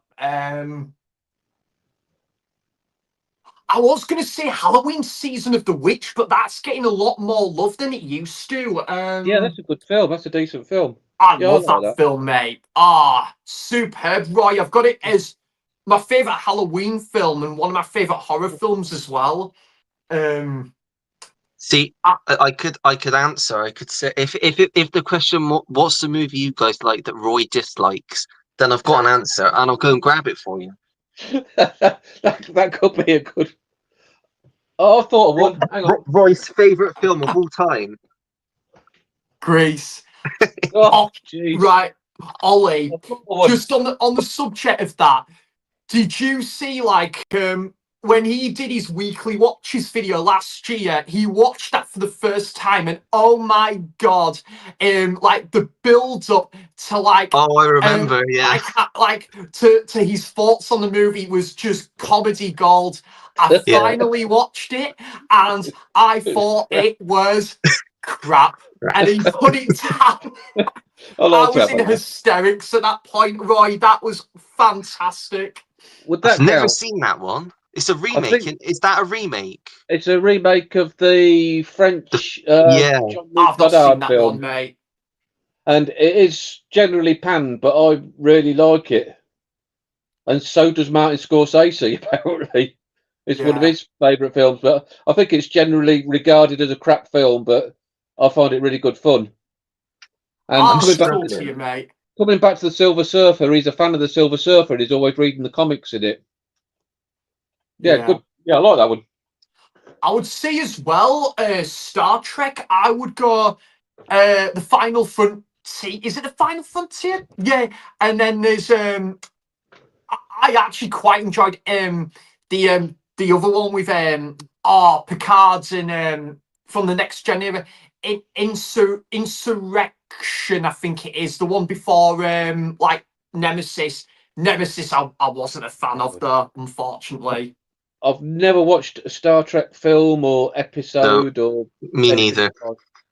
I don't know the first so much fun, guys. Really fun. Very I've seen the new ones. I've seen the new films. But other than that, I don't know anything about Star Trek. I would say, it had the same bloke out and Noddy, didn't it? Big ears. Which one's that, Roy? Big ears. Yeah. Big ears. They got pointy ears. They're like elves. God, that was a terrible joke. I would go actually. I don't know if it's critically disliked, but it's one that I've not heard a lot of positive things about. It's a Baz Luhrmann film, and it's Australia. I like that film, mate. You like that? Yeah, I like that. I quite like that. Yeah, I don't know. I've not heard a lot of stuff about it, so I'm just trying to think. I really can't think of one that I like. There's films that I like watching, but I wouldn't use the word love them. Like Madam Web. Like I enjoy Madam Web, but I wouldn't definitely not go as far to say that I love it. I've got the 4K, but probably the only one that ever bought the 4K. Question. I could have been here all day. If he'd have asked what do you hate that everybody else likes, I'd have been all right, wouldn't I? Yeah, well, yeah, exactly. Yeah. Outpost 31. I watched Exorcist 2 at the cinema when it was released. Showing my age now. What was that? The 70s? Late 70s? 75, wasn't it? Yeah, because the first one was 73, wasn't it? So yeah, it was. It was around then. Yeah, a bit later than 70 because she's quite a bit bigger, isn't she? From Exorcist, is it me or from Exorcist 1 to Exorcist 2? She's quite a lot older. Jodie's Was she not put, like a teenager in Exorcist 2? stop. I'm genuinely jealous. That is awesome. I'm Yeah. guessing that's Yeah. about the. I'm guessing that's about your Blu-ray that you've got, Roy. I think it might have been, but Yeah. yeah. Yeah. Depends how far behind we are with the comments. We're almost caught up now. We've not got. Oh no, I thought we were. No, maybe not. No. Jim's Movie Channel. I worked in a cinema from 1983 until 1992. Wow. The 80s will always be a special time for me as far as movie goes. Oh, nice. Even Have you if never you don't. listened to Jim's stories from when he worked at the drive-in? No. I haven't, mate, no. Some of his videos where he regales stories of being a young lad working at the drive-in, where he's got all the different girls on the go while he's working and stuff like that. It's brilliant. It's hilarious to listen to. I love listening to Jim's old stories. He had a much more colourful youth than I did, put it that way. Yeah, brilliant. Even if you don't like Christine, Robert Prosky is the old man who owns the garage is hilarious. You can't polish a turd. Yes. I'm guessing you know that, Roy. He is the guy from Home Alone. No, he's on about another guy, not the guy from Home Alone. You know, when he goes, it takes the Christine to fix it up, and there's a real gruff gentleman there who gives him a hard time about the state of his car. Oh, right. Yeah, I know who you mean, mate. Yeah, he's a hilarious character in it. Yeah, Jim, you're right there. He's the pick of that film. Yeah, I love that film.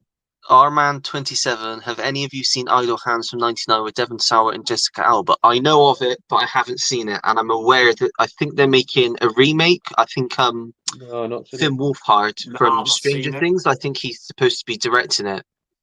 He's a guy from the Final Destination films, isn't he? Devon Sawa, yeah. No, I've not seen that one. No, I think it's like some sort of sci-fi horror. I'm not too sure what it's about, but I've seen the poster before, but I've never actually seen it. No. I saw Roller Coaster theatrically in Censor Around. Oh, that'd have been great seeing that. Oh, man. Wow. Robert Prosky, thumbs up. First movie I remember seeing is Battle for the Planet of the Apes at the drive-in when I was 6. I've only seen the first one so far. I'm making my way through them slowly. All the original Planet of the Apes, I think there's 5 or 6 of them. There's 5, mate, yeah. 5, they all offer. There's not a terrible one, I don't think. They all offer something a bit different. That's it. I've got a very soft spot for the second one. Is it where they're all underground with the nuclear missile? That film, that's pretty solid, mate. I think as far as kind of like the first like half an hour feels like kind of a bit of a rehash of the original, but it's still when you get to like when obviously Taylor passes the bat over to that and stuff, it's really interesting and stuff. I think the main guy in what is it? Is it Beneath the Planet of the Apes, Roy? The main guy, James Franceschis, is almost like a spitting image of Taylor in the original. That's probably why he's got the job, isn't it? So a Poundland, Charlton Heston, would he? I suppose. Yeah, I'll tell you what though. Is it Linda Harrison in the film? Very nice. Yeah, she was in the first. She was in the first one as Nova. Didn't she then, or was it? No, it was what's his name? Rod. Is it Rod or Roy? The one that played my mind has gone blank. Hang on, let me get the box set. Roddy McDowell. Roddy McDowell. That's it. Roddy McDowell. Yeah. That's it. Yeah, I don't think he came back for the second one, but then I think he came back for the other, the 3, 4, and 5. He does, yeah. Was he Galen? Sorry, Ron? No, I don't think he is. No, I don't think he is. I think that's because that's the head scientist, isn't it? Yeah. Because it's is it Kim Hunter who plays like I'm trying to think of what her name is. Yeah, I can't remember the any of first their film. names, and I only watched it 2 weeks ago. It's been quite a few years since I last watched them. Yeah.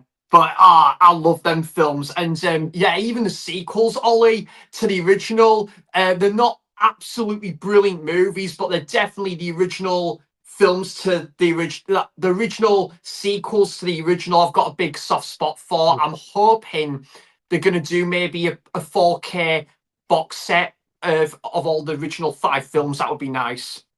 Yeah, definitely. I've got the TV series as well on DVD. I've still not seen that. Yeah, They did a pretty TV good. series. I didn't even know that. Yeah, it's a TV series. Oh wow, I'll I have think to look into that not one. that many episodes, but it's available on DVD. I think you probably pick it up in CX quite reasonably. Yeah. Yeah, and they did like a animated series as well, which has got a They bit of a did do an cult anime. I've following. not seen that. I But they would did do like an to check animated that out at series. some point, but I tell you what, who is it, Roy? Like his voice is absolutely brilliant. Like I could listen to an audiobook with like who is it? Maurice Evans as like Dr. Zayas. Like his voice in it is just Yeah. brilliant. Yeah. Yeah, indeed. Definitely. Ash has said, Roy, you shouting, look at that big telly could come full circle with a quick trip around Curry's. I'd spend some money. I'll keep out of curries. Jody, have to hop off, Thanks, guys. Love your Jody. live stream. Thanks for joining, Jody. Thanks, Jody. Thank you so much. So Jim's saying what that 8mm. So he's a private eye looking for a missing girl. Might have seen a snuff film. Very dark, depressing movie. Big street. Yes, sounds interesting. Sounds like one that I'd give that a I would enjoy. watch. Again, I don't think it's got a UK Blu-ray release. I think I was it's going to got to be say imported. it's not a film. It's not even on DVD. You don't see around, do you? No, I've never seen Out and About. No. So whether the DVD's rare as well. Larry, my local flea pit allows you to pay to have a private screening of any film. What film do you wish you had seen on the big screen?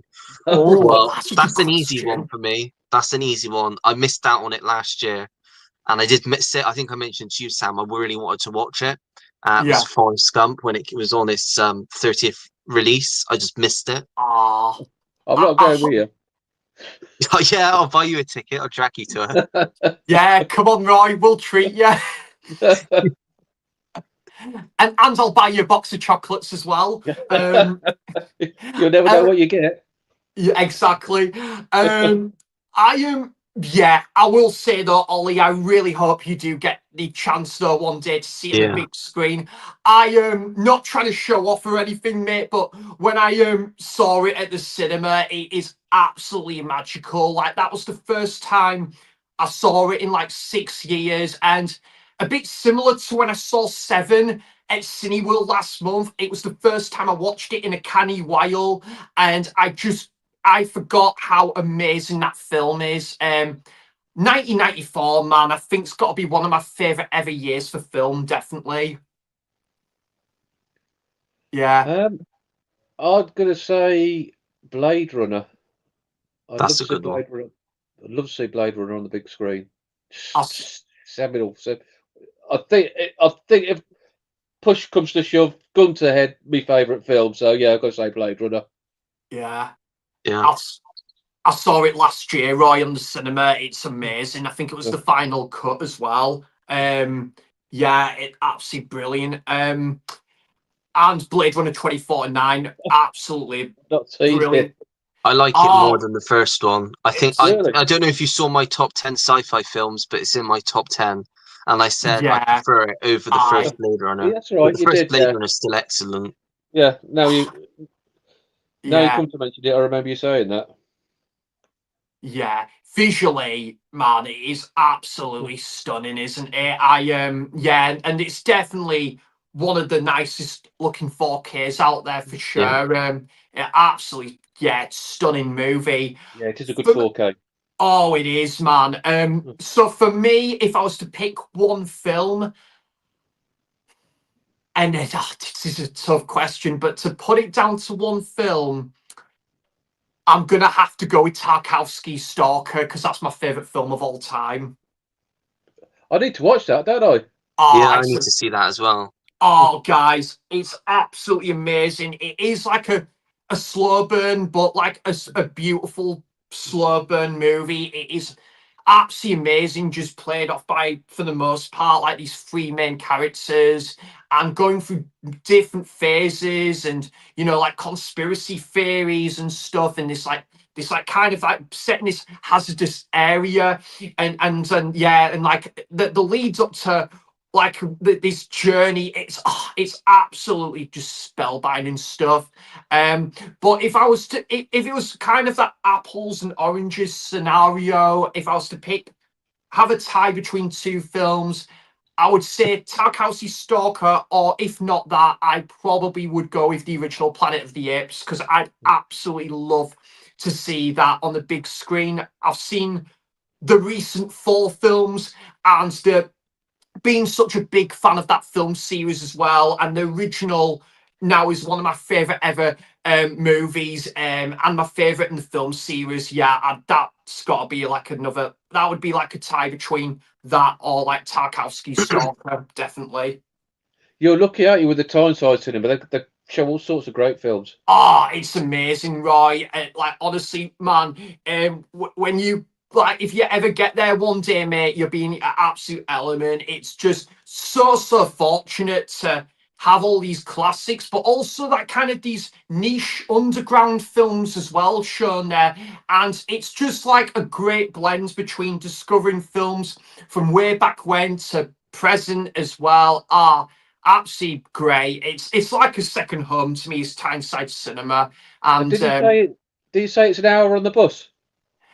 it is, man. Yeah, Wow. but It's a I've got dedication, that is. dedication indeed, man. I've got the free bus pass as well, but I've also, thankfully though, Roy, on a bit of a side note, Blythe, it's getting its train station. We're getting that in April, so I think that'll be like 25 minutes on the train. So that's going to make it so much easier for you, isn't it? oh, definitely. Yeah. It's, as I say, like, even despite like it being an hour on the bus, man, like, I think it is definitely a long journey, Roy. I totally agree. But I think the beauty when I'm on like an hour bus, it gives me time to catch up on YouTube or listen to my music and stuff and do editing and that. But yeah, the train journey will be brilliant. And if I do want to say, like, I'm kind of in the mood to see a film that's kind of like maybe a bit more mainstream, or like a film that's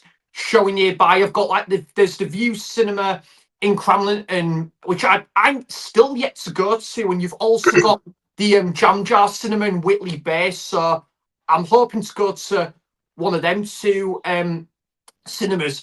Do you know what, Ollie? This has been a bit of a light bulb moment as well. Like, I would like to do like a video on cinemas I'd love to explore, or like some of the cinemas I've had the absolute great pleasure of visiting. I think that could be a cool video. Yeah, it would be.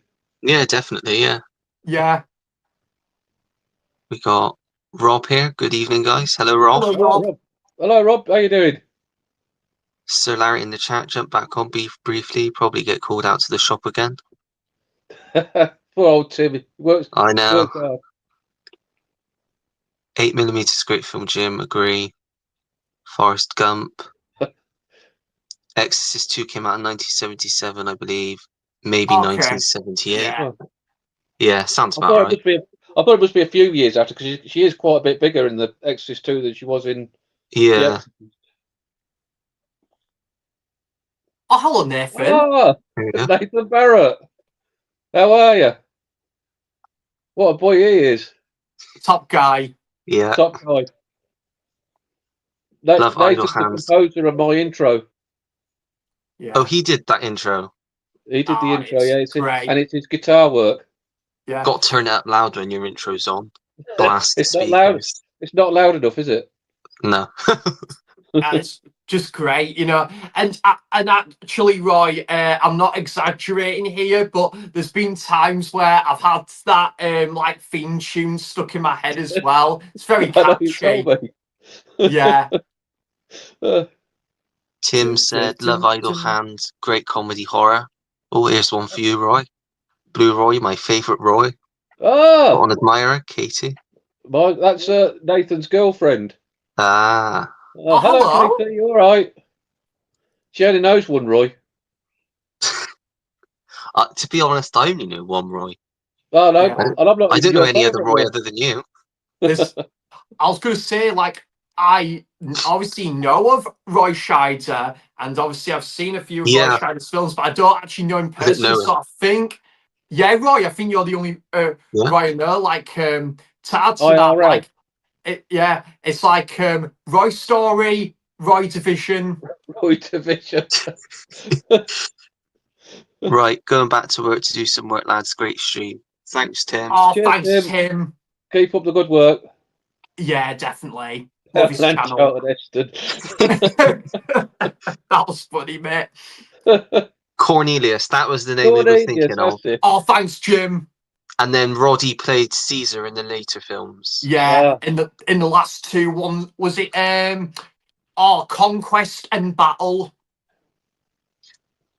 It's available here in. I think he's talking about 8mm now. It's available here in the States through Shout Factory. I don't know if you guys in the UK have region free players or not. 8mm, that is. Yeah. I haven't And got like a region 3 player. imprint I as well. don't either. And oh, there you go. There's a few options. Imprint's got one, and Germany. So I might have to try and get that one. Yeah. Definitely want to look into that. Yeah. If there was one movie I could see Thatcher getting a pristine print, it would definitely be The Good, the Bad, and the Ugly. I've not even seen it yet. It's up in my film collection, so I think I need to watch it first before I see it. The great Because I've not even pulled the trigger on the 4Ks yet, because I just want to watch them first before. Because otherwise, I feel like it's wasted not watching them before ordering them. I should definitely wait till there's a set out. Yeah. Yeah. Ollie, I can't stress to you how amazing that film is. It's honestly the definition of the Western genre for me, man. I absolutely love it. It's definitely one of those films I feel that just gets better and better on each viewing. And the runtime, it's one of those, man, like The Godfather and stuff like that. It just doesn't outstay its welcome with the runtime. And it's just some of the greatest cinema I have ever seen. I've seen it twice at Tyneside Cinema as well. Unbelievable both times I've seen it at the cinema. And yeah, I can't wait for that 4K edition, man. It's going to be bloody ace, to quote Stuart. Is that still the only one you've seen in the trilogy, Sam? It is, man. I've got all three of them on pre-order, but I'm actually hoping, Roy, because Tyneside and a few other cinemas have done this before, I'm hoping that they're going to do 4K restoration screenings for Fistful of Dollars and for a few dollars more, because how cool would that be? First time watch of Few Dollars More and Fistful of Dollars at the cinema. That'd be totally wicked. I think that they're all three top tier films, but as Jim alludes to, I think The Good, the Bad, and the Ugly is just a shade the best one. It's just amazing, innit, man? But if you haven't seen the other two, you're still in for a fantastic ride with both films. Can't wait, mate. I've got all three of them pre-ordered. It's just and yeah, I actually, Ollie, kind of mentioned in my latest video as well that was the movie that I watched the night before I turned 27, like the night before my birthday. It's just, yeah, absolutely, to quote Roy, absolutely wonderful, wonderful film. Wonderful. Yeah, look forward to watching that one. You're in for a treat with that, though, mate. Definitely. Ash asked, what would be your favourite bit of physical media in your collection? Linked to the last one, for me, it would be, I'll go and grab it. I think I've shown it before in the video. It's been a great stream, this, hasn't it, Roy? Yeah, it's been good fun. It's been amazing. This huge Clint Eastwood box set, which has got every single one. It's got every single one of his films he's ever done in. How many films does it say? It's on the back somewhere. Hang on. That's incredible, isn't it? It's amazing. 61. Oh, that's cool. It goes all the way up to the Mule, but then I've got Richard Jewell. What's the other one? Cry Macho and Juror Number 2. I've got all of them on their own on Blu-ray. So That must have been a pretty great set. penny. I've heard his last movie, Ollie, was meant to be pretty good as Yeah, well. yeah, I The picked that Dora one up when it came out. It's really good, that one. Yeah, I'd love to see that one at some point, definitely. yeah, but yeah, well worth the I'll money. go I get think mine. I got that for like a birthday present, I think, but it was almost £300 because it's long out of print now. It's very limited. Oh, fantastic. Yeah, just definitely the best thing I've got in my collection. Yeah, that is amazing, man. Right, mine. It's not even Blu-ray. It's not 4K. It's not even Blu-ray. It's DVD. I had a Oh, feeling you were cool. going to say that. I had a feeling you were going to go with Minder. And I think as well, because my wife bought it me for Christmas a few years ago also, so that adds to the specialness of it. But just my favourite all-time ever television programme. I'll go and grab mine, Ollie. Yeah. I think Minder's definitely a series that I want to watch because I do like... Oh, brilliant, brilliant, brilliant. It's Dennis Waterman, isn't it? Yeah, Dennis Waterman, George Cole. Yeah, I used to watch it. Did you ever watch that New Tricks? I used to watch that. I used to enjoy that one. No, Dennis was in that, wasn't he? No, I never used to watch that. Yeah, this is about... He works for George Cole. He's this shady sort of lovable rogue type, and he keeps him out of trouble, you know, beating up people who get to him and stuff like that. Yeah, really good, light-hearted comedy drama, good stuff. Sounds like my sort of thing, definitely. Yeah, I would probably say this for me, man. I think it was about £40, and it's the only HMV vault set I've got. But yeah, I guess if I didn't jump on this, it would be my fault. I wouldn't bought it like HMV Vault. The jokes aren't getting any better. Nah, I need to get a joke. I should have got asked for a joke book for my birthday, Roy. But yeah, that's amazing. That I would say probably something like that. I've still not even seen it yet. It's still in the watch. In fact, it's amazing, man. Absolutely love it. Where it is. It might be. Yeah, I'm pretty sure it's in this week's pick. Oh, can't wait for that, Ollie. Can't wait to hear what you think of that. He's got so many good films to discover in his shelves there. I can't even see it. It's just lost. Watching some of these classics for the first time, Roy, I can only imagine. It's there's so many on my shelf. I mean, I've got like Godfather. I've got so many on my shelf that I just really need to get around to watching. I really hope that Railway Man gets picked. I love that film. But the thing is, like I said in my video, even if it does, whatever doesn't get chosen, I'll still watch the same week, so I can talk about it in my weekly watches. So it's fair then. So I should hopefully watch it some point next week, even if it don't get picked. But yeah, I heard your praise on that one, so I kind of guessed you were going to choose that.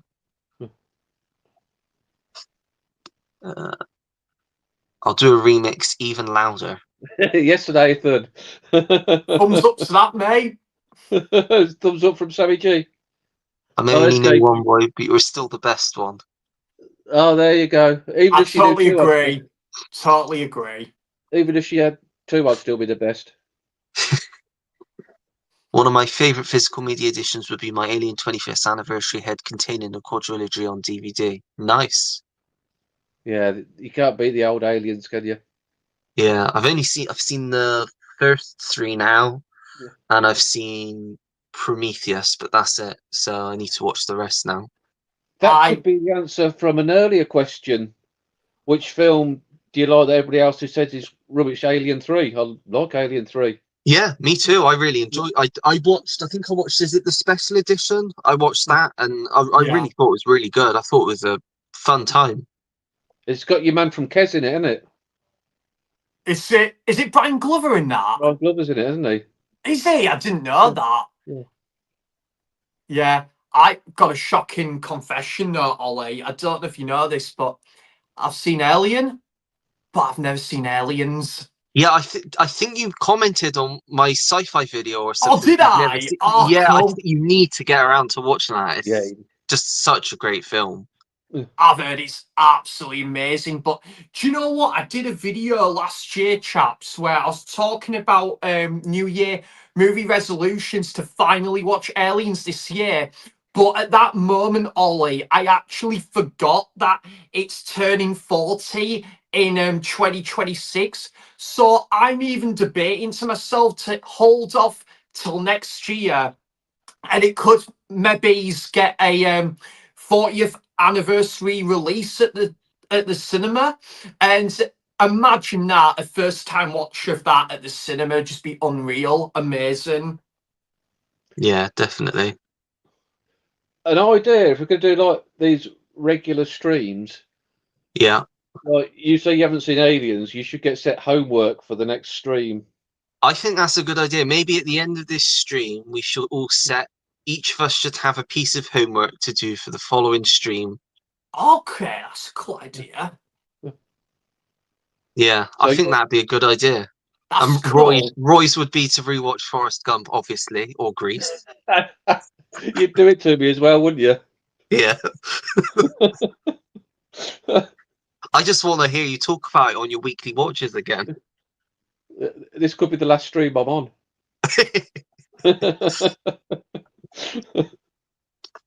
Larry's put quite a few of Clint's films getting a 4K release, including Dirty Harry, Hopefully to Mac. Yeah, I saw that, but I've seen, is it just steelbooks? And I don't collect steelbooks, so I'm hoping that they do a standard release as well. Because Dirty Harry, I would 100% be all over. I love all of those films. I'm hoping as well, Ollie, because it's getting like a 4K steelbook. I'm kind of hoping we will get a 4K standard release, or even like a 4K set would be nice. Box set, yeah, definitely. Oh, definitely, like a 4K box set if they went all out with all of those movies. But yeah, I'm hoping still, because I've saw on HMV's website like Outlaw Josie Wales, Pale Rider, Dirty Harry, I believe all of them steelbooks have sold out. So I'm hoping we're still gonna nonetheless get a 4K standard release of each of them films, definitely. Yeah, definitely ones that didn't you watch it in your most recent video, Roy? Only the first one you've seen? Yes. Yeah, it was last week, wasn't it? Yeah, I've only seen the first one, so I need to get on to watching the rest of them.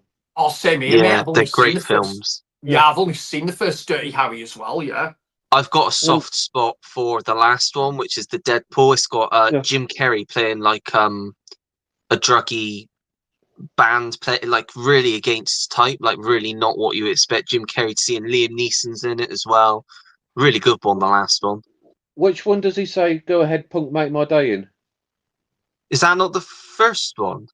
No, the first one is the Do You Feel Lucky? Oh, that's right. It's right at the start of, I think it's the second one, because I think he crashes through like a diner window in a car, someone does.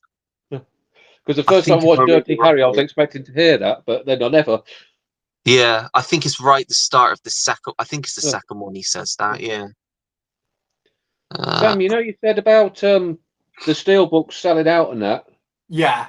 Did you watch Scott's rant yesterday about people who say that physical media is dead? I watched that, yeah, and do you know what? I totally agree with everything you said in that video.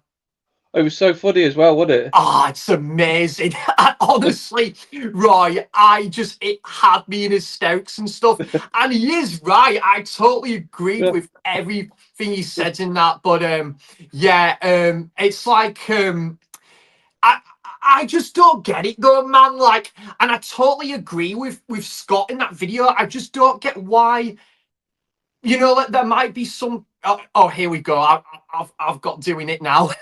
But it's like, I don't get why maybe some people may choose to buy this release and then they'll put it in a video and then they might just complain about it. It just doesn't make much sense, doesn't it? Really? That's weird, isn't it? It's strange. It's right though. There's a lot of clickbait stuff about the end of physical media, and it's all just for people trying to get views. Physical media is not dying, and I totally agree with you, Scotty. Absolutely. There again, I suppose the aim of YouTube for a lot of people is to try and get views, isn't it? So, what do you say? If that's what they want to talk about, who are we to say? But The You thing give is, man, yeah, absolutely right. If there's a film I have been so wanting to be released on physical media, and it finally has arrived, I'm gonna obviously praise it to the helm, you know, and obviously I'd even do like, that's why it's a great feeling to do a unboxing video of an anticipated release or pre-order, because I really just appreciate the amount of effort and work that's gone into that release from that distributor and that company.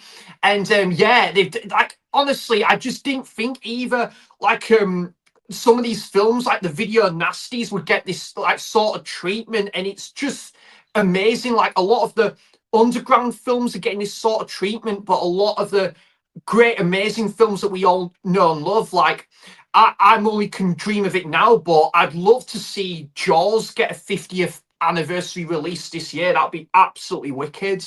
it would, but I'm happy. I've got a 4K anyway, so I'm happy with it. Oh, well, I'm about the disc. You guys know that. I'm not Yeah, bothered I about get these that, big mate. fancy releases with the Same here. Yeah, postcards, the poster, and the ashtray. Like, it just doesn't bother me. So, as long as yeah, I've I'm the got the disc same. and the box, I'm happy. Yeah, But that's definitely. not taking. You know, if people like collecting that stuff, that take it away from them, like, but it's just not me. That's absolutely fair, Roy. Yeah, I think sometimes for me, I mean, it has got to, sometimes it has to be a film that's just in my price range, and either if I love that movie or if it's a movie I know I'm gonna end up loving. It's kind of why I went with my gut instincts and I got Watership Down, because I just looked at it and I thought I knew I'm gonna love this movie, and just admire the work that BFI put into that release, and just, yeah, really do a dedicated video to it. And it's just that knowing that this film could eventually go out of print one day, there might not be another chance to get that film put into that sort of treatment with like a 4K set and stuff, with all that bells and whistles. So it's really just something to admire. It's just like a piece of art and stuff. So yeah, I think physical media and film is beautiful, and I think Everton is fantastic as well. Life is beautiful. That's a beautiful film as well. It is a beautiful film. Yeah, You have you seen seen that one, that film Ollie? actually, Ollie? I have not. I've heard great things about it though. Oh, Ah, great. it's great. I love that. Outpost 31 said the Steelbook artwork for the Dirty Harry release is awful, very lazy design. Yeah, I'm kind of glad I'm Yeah, glad I haven't got into the Steelbook collecting, because I just don't think it's my thing. They just Steelbooks for me, they just don't do anything for me. I'd rather, mhm. they're expensive, a lot of them, and Yeah, at the end of the day, I just want the film in my collection, and if I can get a that's it. standard release of that film in 4K, then I'd Yeah. rather do that than fork out loads of money getting something that I don't really want in my collection. Yeah, Yeah, I've only got a handful. I've got because the only way you can get the 4K. Oh, Lawrence of Arabia. Yeah, I mean, and Yeah, I that love I think I that. might have to. I might have to um try and get that. It's quite out of print though, isn't it? that cost me 50 from CEX. Yeah, I really Oof, want it because I do wow. love that film, but I think they've got no stock now either. yeah, it's annoying. I wish they Yeah, just do a standard release because people would buy that. I mean, they've done yeah. the 4K scan now. Why can't they just release it? This is it. Actually, Ollie, that just reminds me. Reservoir Dogs got a 4K Yeah, steelbook, but I don't think it ever got a no, it standard didn't. 4K, It did which I in thought was a bit. America. Yeah, In America, but not here. So it's like if you want to get it, you got to import it from America. But why they didn't just release it over here? It's yeah, and I think yeah, didn't Jackie Brown and the Kill Bill films, didn't they get 4K steelbooks last month in America? But they've not come over here yet. yeah. They did, and I think the last time I checked on HMV, they're still up for pre-order. But I Yeah, think sometimes it's just daft that just to decide, oh, the steelbook, and that's it, when they can kind of give like more people a chance to get the standard release as well. They did yeah, that with Taxi Driver as well, which I was yeah. so up for a 4K of that, but it was just a steelbook only, which was a bit of a great shame there, to be honest. I think they did it with Dirty Dancing as well. Not that that's everyone's cup of tea, but I think they I did love do that that a few film. years ago. Yeah. I love it as well, but I got the like little box set that they did years ago now. But Never seen it, never yeah, will. you've never seen it. I never will. I don't There we think. go. That's the film we've got to force Roy to watch. That's his Right, that homework. could be Watch cool. Dirty Dancing. If Clint Eastwood was in it, it'd be Dirty Harry dancing. It would, yes. Jim said, I have to run, but I want to say congrats on the stream. I had a lot of fun with you guys. Sub to you, Ollie. Thanks, Jim. Oh, Already thanks, sub to Jim. Samuel and Roy. Cheers, everyone. Thanks for joining, Jim. Thank Really you, Jim. appreciate it. Cheers, Jim's a great guy. I'll catch up on your videos soon, Jim. I love Jim's channel. Oh, I'm going to brilliant. subscribe to him as well after, because I didn't know about him before the stream, so definitely going to go over and sub to him now. He had sorry, Roy. No, go on, sorry. I just was going to quickly say, Roy, he had a great stream with Carlos, didn't he? Like last month. Yes, he did. Yeah. I loved that. Yeah.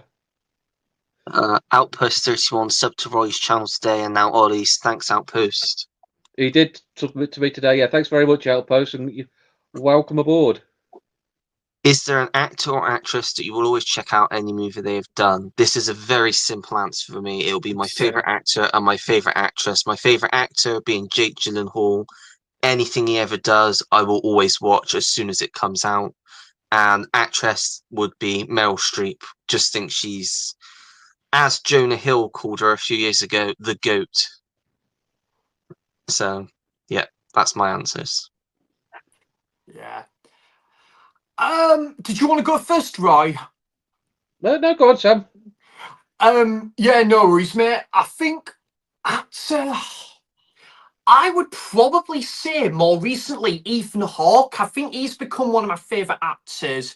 If not Ethan Hawke, then maybe I'd love to check out more films with David Tennant in as well, because David Tennant being like my childhood heroes, the Doctor as well. Love to check out more of his films and stuff. But actress, because I've got the biggest crush on her, Margot Robbie, all the way. Fair play. I'll say actress. I was Jessica Chastain. I think she's brilliant. Anything she's in, I've really enjoyed. Yes, I'm going to say Jessica Chastain. Yeah. I suppose we're going to have to say living, aren't we? So as they're releasing new stuff. Actor. Have you seen Miss Sloane, Roy? Yeah, I've seen Miss Sloane. That's a good one. That's a good one, yeah. I've not seen that for years, but I remember really liking that one. Yeah, I've only seen it once, and I've got a copy. It is one I need to watch again. Just the actor. It's got to be Big Jace, isn't it?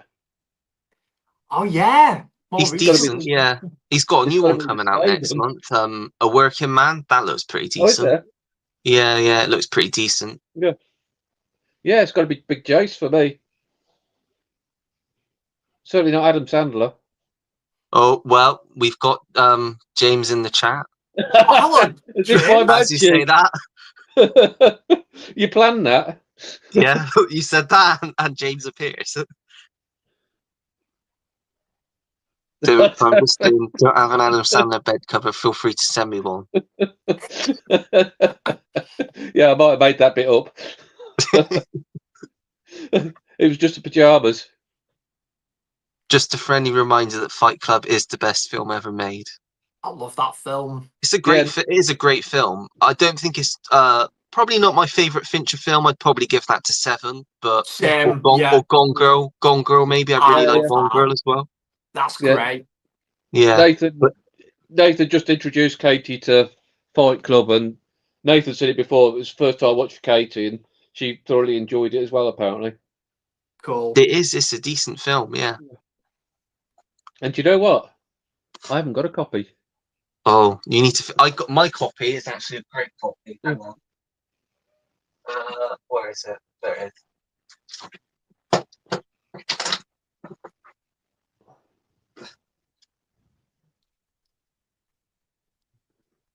Oh, in the style of Deadpool. That's cool. Yeah, mate. it's got Deadpool on the back as well. Yeah, I remember them. It says, "I wish I was in this movie, but I'm not." So yeah, I quite like that. And then it's just a normal cover on the inside. But yeah, great film anyway. Yeah, really good. And of course, Pixie's song "Where Is My Mind" in the end credits. What's not to love? That's what Nathan was saying earlier. How he loves that ending with the Pixies. Yeah, I've seen them live, Roy. They're brilliant. Oh, yeah. I saw them, back in August. Fantastic gig that was. Ash said, "K Larry on the Adam Sandler bed set." James said, "You just broke the rule." Oh yeah, sorry. The Tarantino trilogy are available in US on 4K standard edition. Oh, I didn't know that. I didn't realize they also released this. But again, I don't know why they've released them over in the US and they've not released them over here. Yeah. Because I know Pulp Fiction they did. They released that at the same time in the US as they did here, and Inglourious Bastards, I think, but they haven't with any of the others. Yeah. Strange. I wonder if they're going to do that with Django and done Hateful Eight at some point as well. Django's one that as soon as that comes, I'm getting that on 4K because that's top 3 God. Tarantino for me. Yeah, definitely. That's my favorite Tarantino film. That man. Oh, I definitely. love it. I would go Pulp Fiction, Django, and then probably not as popular for everyone, but Once Upon a Time in Hollywood I really loved as well. I love that film. I could interchange that very easily though with Inglourious Bastards because I love that film as well. Yeah, I would say, Ollie, Django, Inglourious Bastards, which was a first-time watch for me last month. Absolutely love it. And then I'm going to go Reservoir Dogs. They'd be my top 3. Yeah, that's definitely a great one as well. Yeah, he's just a lot of his. The only films that I didn't get on with, which I've told Roy, is the Kill Bill films. I watched the first one, but I've still not seen the second one yet. I just didn't get on with it at all. I'm similar to you on that one, mate. I was incredibly underwhelmed by that first film, and I never bothered with the second film. But then again, it was probably like, what was it, 7 years ago when I last watched it, so my opinion most likely might change on that one now. Yeah. I've seen that Death Proof is getting a lot of love as well. That it's getting a bit of cult following. Yeah, that's the only one I've not seen other than Volume 2. Yeah. What about you, Roy? What's your top 3 Quentin films? Inglourious, easily my favourite. That's brilliant. Pulp Fiction, Reservoir Dogs. Solid top 3 there. Yeah. But he hasn't made a bad film, has he? He hasn't. Nah. Kill Bill Volume 1. Well, it's not bad. I don't think it's a bad film.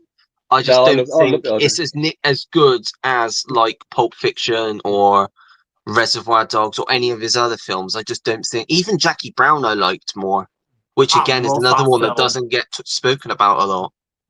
Yeah, and this handsome chap down here sent me the Blu-ray. Oh, he's gone, spinning around. Oh, me? Yeah. I did, didn't I? Yeah. I think Kill Bill's got my favourite soundtrack.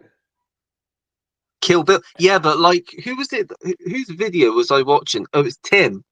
And Tim said, that, because obviously we were chatting in the group about the fact that Tarantino likes to plagiarize, and a lot of the music that was used in Kill Bill was used in, like, The Good, the Bad, and the Ugly, and very similar sort of things.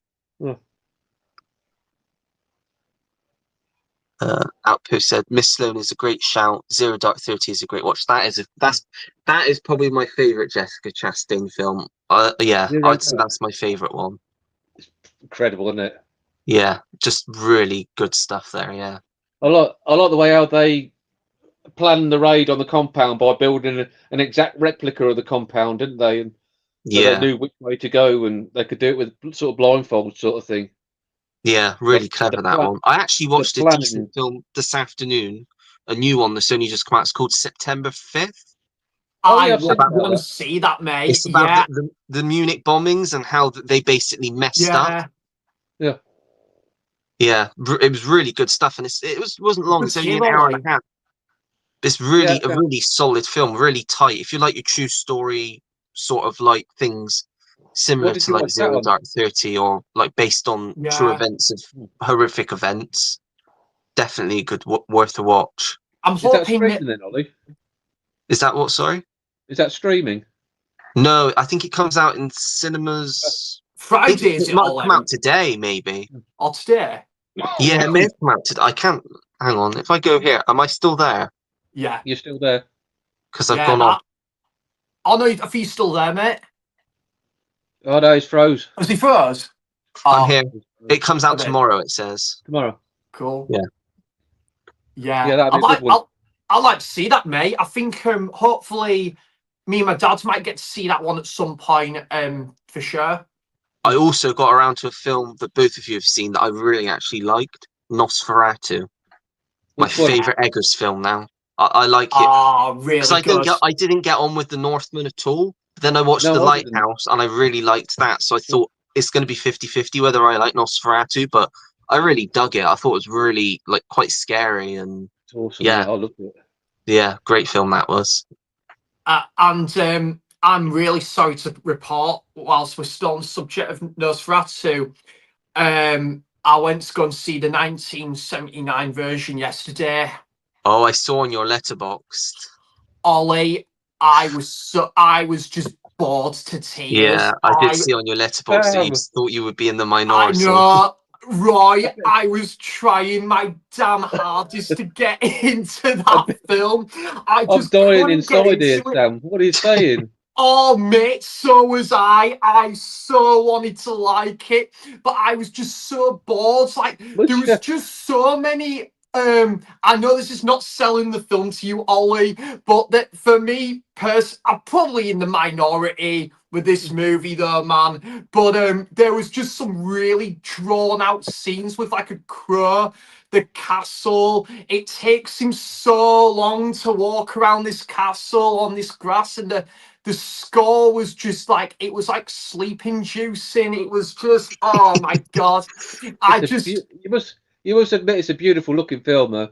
It was, oh mate, yeah, it was really well acted as well. And but I say really well acted, Roy, but I've got to be honest, I didn't find many of the characters, probably apart from the professor, I didn't find many of the actors, many of the characters that interesting at all. And then I'm pretty sure it had a pretty different sort of like ending to the original and the 2024 version.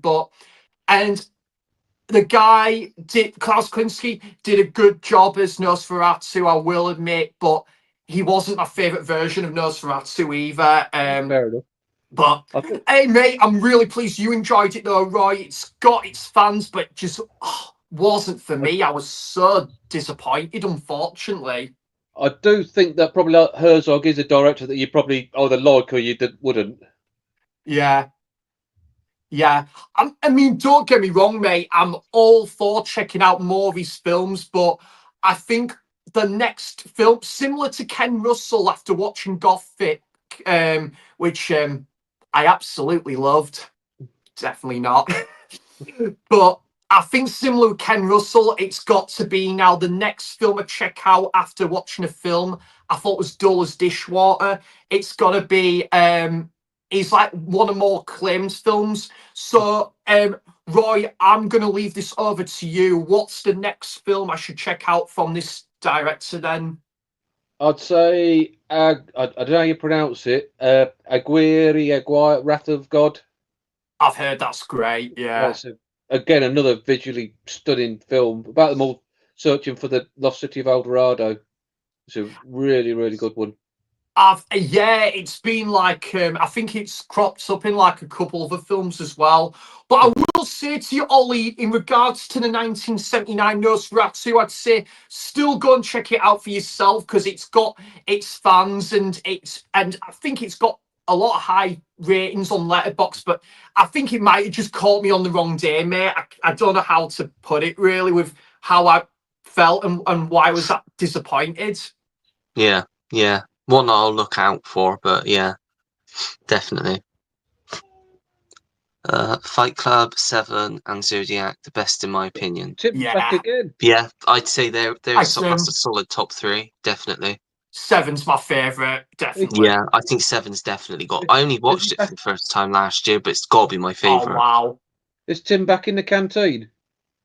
Yeah, it must be. He's commenting like mad now. He has more breaks than Ronnie O'Sullivan. I know.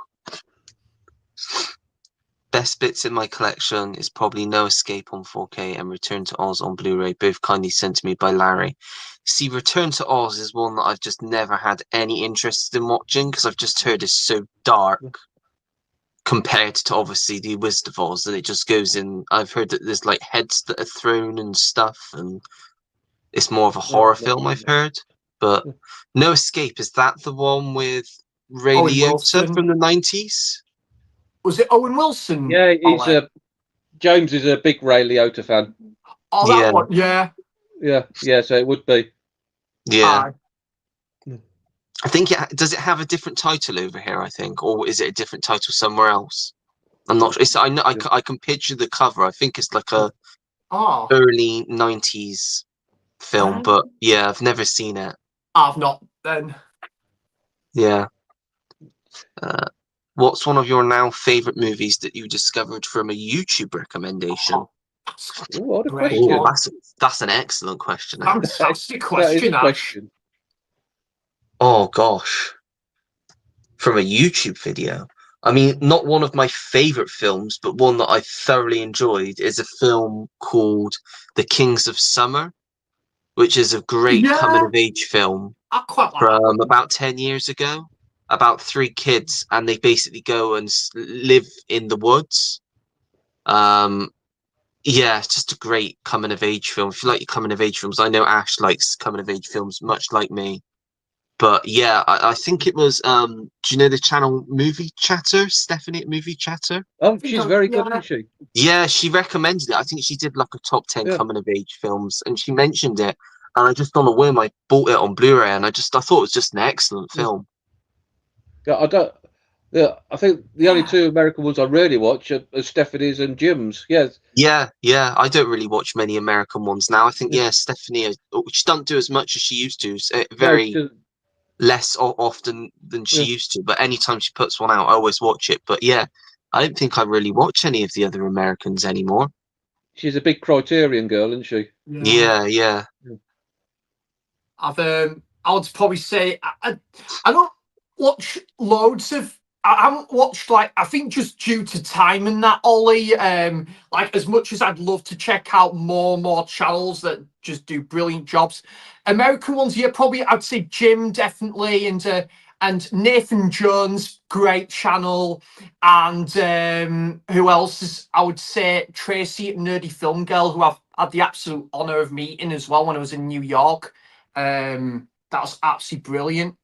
But yeah, in terms of picking up on a recommendation from a YouTuber, a couple of which come to mind from the wonderful Andy at Forgotten World of Movies, I would say Pump Up the Volume with Christine Slater. Oh, yes. That is an excellent love that film, man. That is absolutely wonderful. I discovered that through Andy's channel, and also you might agree with this as well, Ollie, Running on Empty. See, I didn't get on with that one that much. I watched it last year. I thought it was, I found it quite slow, but Pump Up the Volume, I think it was one of the first Warner Archive releases that we got over here. Yeah, and I just blind bought it just because I thought it looked interesting, and I bloody loved it. I thought it was excellent. Fantastic in it, mate. I think that is such an underrated film as well. The music as well is excellent in it. Oh, it's great. I'm trying to think, but there's been other YouTubers like John and Nige who have recommended me some of the video nasties as well. Obviously, I would say The Burning was a really good one on the Arrow Video, and obviously the likes of Zombie Flesh Eaters. Night of the Demon, which I thought was so much fun. So a lot of the video nasties, I can only give props to John and Nige for recommending me a lot of them video nasties, and trying to think of anything else on top of my head. I would say Well, another big one for me, another big recommendation was probably Jordan at Movie Worm when he recommended Dead Man's Shoes, which is one of my favourite films of all time. I'm gonna say now, probably some Regency bias here. Courtesy of Stuart, it's gonna have to be Saturday Night Fever. Oh, it's a great one. I love that film. Yeah, Love it. It was incredible. Great, Like I in it, man. I just thought it was Grease 2 kind of thing, Grease Point 2, and it was just brilliant. I couldn't get, and I've been thinking about it ever since. it's so dark, isn't it? That it's not like when you look at the cover, you think it's just going to be a film about a man dancing like Grease, but it's just so dark and it's so much more than that. And in that opening scene where he's got them bloody bright red shiny shoes on, he's pouncing up the road. I thought, I'm going to hate this. No, it was brilliant, and I've got to introduce the wife to it, I think, because she hasn't seen it either. So I'm going to be watching it again very soon. The 70s, another great decade for film. Absolutely, man. Brilliant. Just a different feel to anything else the 70s film, wasn't they? Yeah, definitely. Outpost said, recommend Nosferatu 1922. We're all big fans. Yeah. Did you see? I was looking because I was looking at all the behind the scenes stuff. Like when I was watching the new Nosferatu, they did a film about 2000 called Shadow of a Vampire, and it's John Malkovich and Willem Dafoe, and it's Willem Dafoe plays Max Schreck, but it's like more fictitious, and I won't spoil it in case anybody hasn't seen it, but I read into it and it sounds really wild. Yeah, I was just going to add to that, Ollie. Tyneside Cinema have done their season called. They do different seasons, like devoted. It's like a different subject and that. And this one is called Encountering the Vampire, where they show a list of like vampire films. One of them films is Shadow of the Vampire in 35mm. I think they're showing it on Tuesday the 25th this month. So yeah, if I'm not working, I might attend to that screening because it does look quite intriguing, actually. Yeah, have you seen it, Roy? Oh yes, stone cold classic. That brilliant, just iconic, isn't it? The visionary. Yeah, brilliant. The Sinful Dwarf by Werner Herzog. You might like, Sammy. I've not seen that one, Tim. I don't know. I've not seen that one. But no, Tim, I think that's going to be out there. I don't know. Oh my God! I'm going to have to look into that. Oh, I'll have to look at that film. But I will say, Ollie, just to add for what is it? Nosferatu 1922. Amazing, man. One of my favourite films ever. Yeah, we'll definitely have to check that one out. I've heard a lot of good things about that one. Incredible, mates. Probably after The Shining, my second favourite horror film of all time. Oh. Roy's found something. No, I've got my Herzog set up. I don't think it's on there. The Sinful Dwarf. I've got to check this out. I can't say I've ever heard of it either, but then again, I've not really heard of any of Werner Herzog's films. I've got to look through the discs.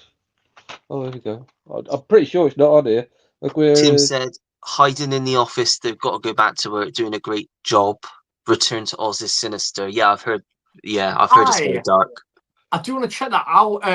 But yeah, I was going to say that, Ollie, it'll be great at some point when Tim can join at some point. That'd be absolutely brilliant. Well, I'm hoping if we do this like as a weekly thing, if we because like I mentioned in the group, if we rotate it so it's on different days each week, it gives everybody like sort of the chance to be involved. Because I know I don't think it's ever going to be possible for us to all be available on one day. So I think it's just nice to have like a rotation and we have different people to talk to each week, different things to talk about.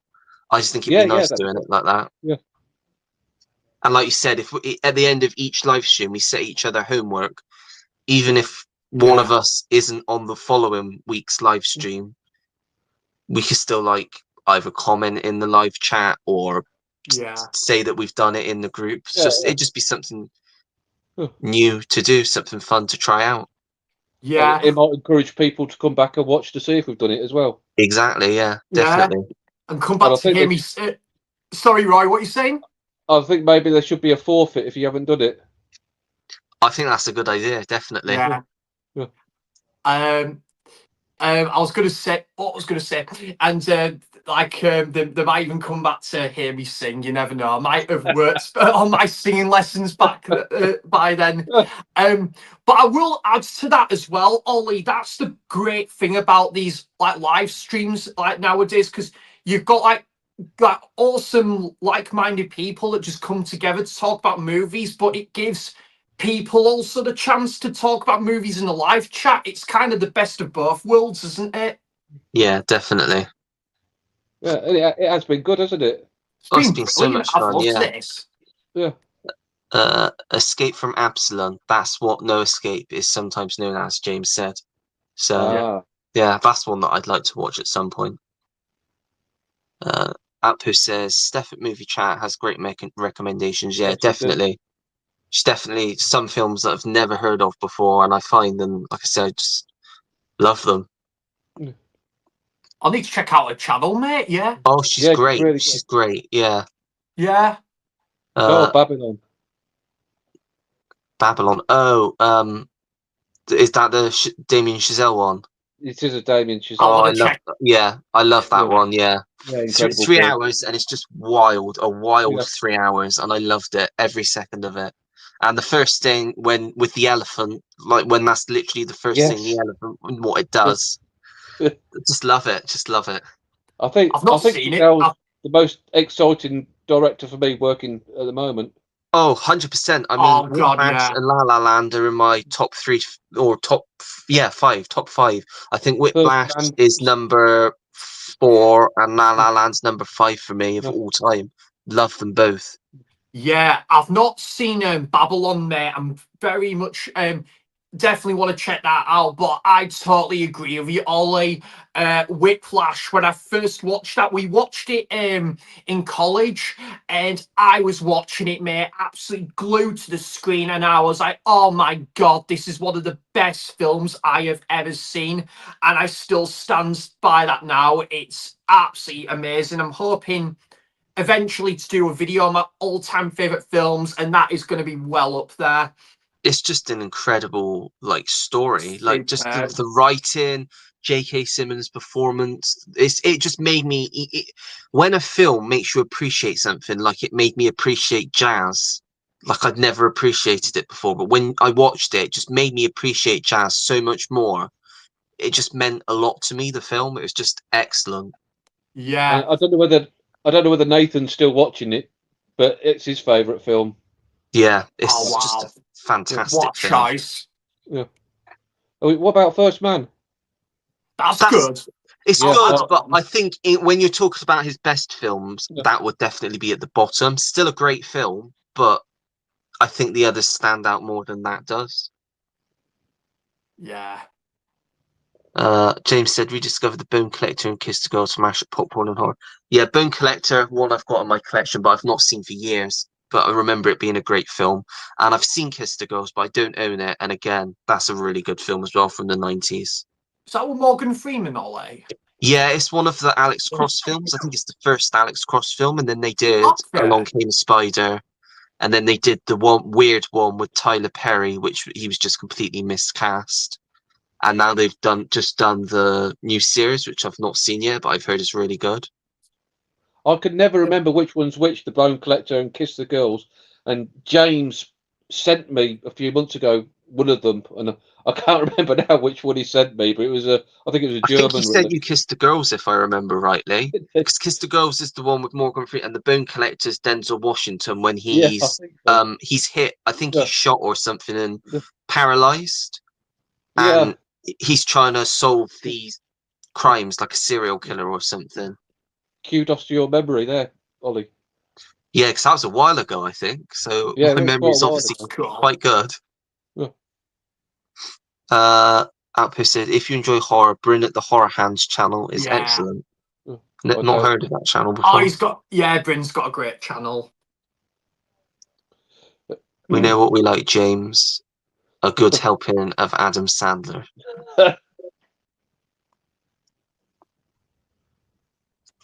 Just back now. The match is finished. So you've had a good stream, guys. Hopefully, you'll make the full one next time you do one. Well, thanks for popping in, Marcus, for the time that you did. Still really It's appreciated. been fun, Marcus. As his designated carer, I must mention it is nearly Roy's bedtime. It's Dear nearly Roy. right. Oh dear. Larry, you're right there. It's nearly time to get the Ovaltine. It's past it. You need to tuck him in. Mrs. Blue Roy will do that. Just to ask, by the way, Roy, how's Newcastle and Arsenal getting on? 2-0. To who? Newcastle. Oh, good stuff. Yeah. Why, aye? Why, aye, man. James said, yeah, he said he did send you Kiss the Girls. I know it was one of them. Because I think you can only get that on a German release, I think. I don't even know if you can get Along Came a Spider. I don't know if there is a Blu-ray release for that, but I'd like to see that one because I did enjoy Kiss the Girls. We should get James on as well. Make a good That'd guest. be good. Oh, definitely, yeah, definitely. I mean, his knowledge is it's great. Yeah, something else, yeah. Yeah. Marcus said Leeds 2-0, winners Roy. Oh, marching on together. Well done, Marcus. You coming back up? I was going to ask, as one of the topics I was going to ask, I never got to ask, what would you say your most memorable cinema experience is ever? Oh, that's a good one. I have a really good one that's very funny. It was just a very out there cinema experience that I will never forget. It even made the news.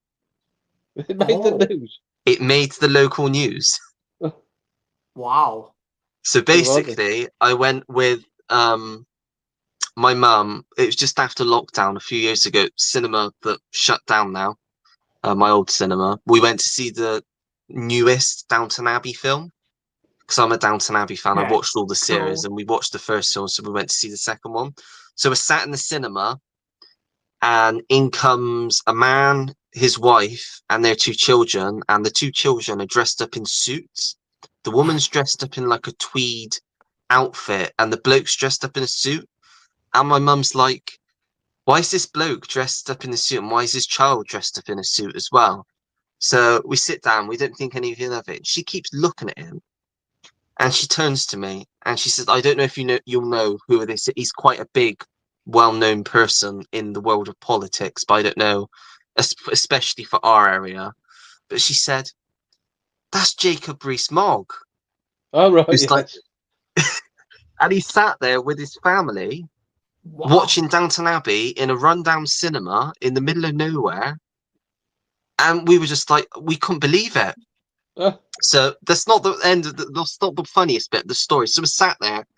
So the film's going on, and we're just in awe that this was happening, and that we were literally the only ones in there as well, and them.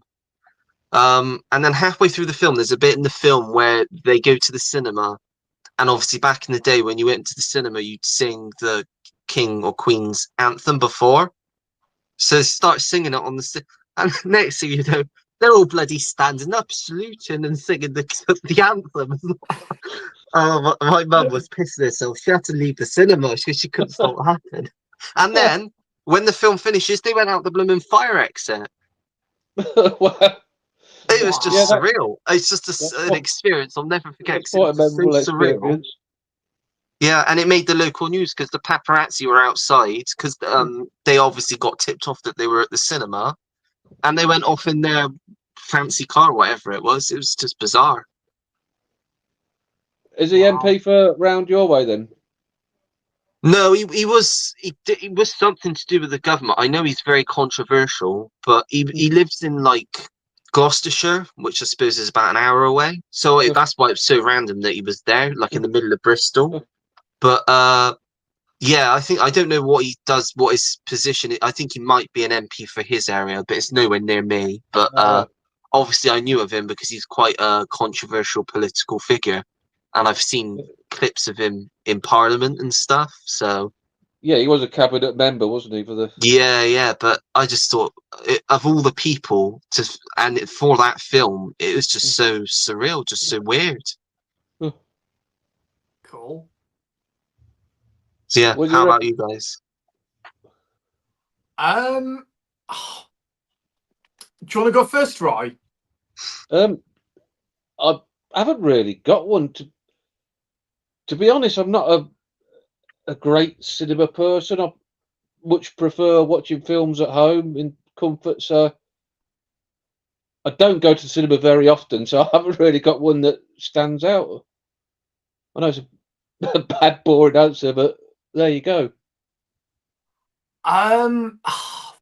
There's a couple for me. I can say one of the best cinema experiences I had was definitely Spider-Man No Way Home. That's got to be top 3 cinema experiences. And obviously, more recently, the Halloween All Nighter at Tyneside Cinema, where Oh I yeah, was basically, Roy, I was basically there from after 8 p.m. Should have ate some chocolate there because it was after 8 p.m.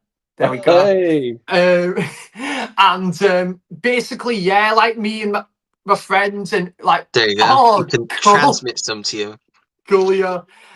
So yeah, me and my friends were there, and we were just chatting, and then Zombie Flesh Eaters started at 10:30. Speaking of which, is it just behind me, the poster? And then there was, what was it? Texas Chainsaw 2 at 10 to 1. And then I think it was 2:45, maybe, at Scream 2. And then there was, Carrie, that was on at 5:30. But technically it was actually 4:30 because the clocks went backwards. And oh my god, and not because of the film Carrie, because Carrie's an amazing film, but by then it was like after 4:30, 5 a.m. I was absolutely shattered. And then when I got home, it was I think it was about 7 a.m. and I think I slept till about 3:30 in the afternoon. And this interlinks with the WhatsApp group, Roy. I checked on, there was like many messages, and I'm thinking, oh, I wonder if Sam's in bed because he went to the Halloween All Nighter. And I remember messaging after 3:30 in the afternoon saying, yep, I'm up now. So yeah, it was an incredible experience though, man. I think we're going to do it again this year as well, end of October.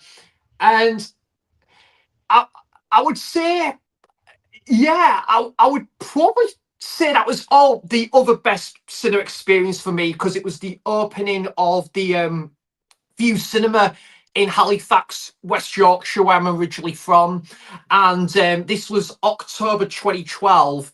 And yeah, like basically, I think I had a bit of a problem with the projector at first, like 5 minutes after Skyfall started.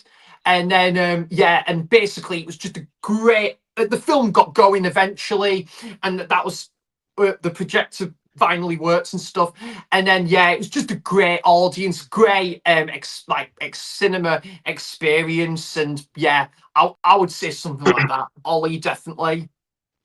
Nice. There's no way I could do that.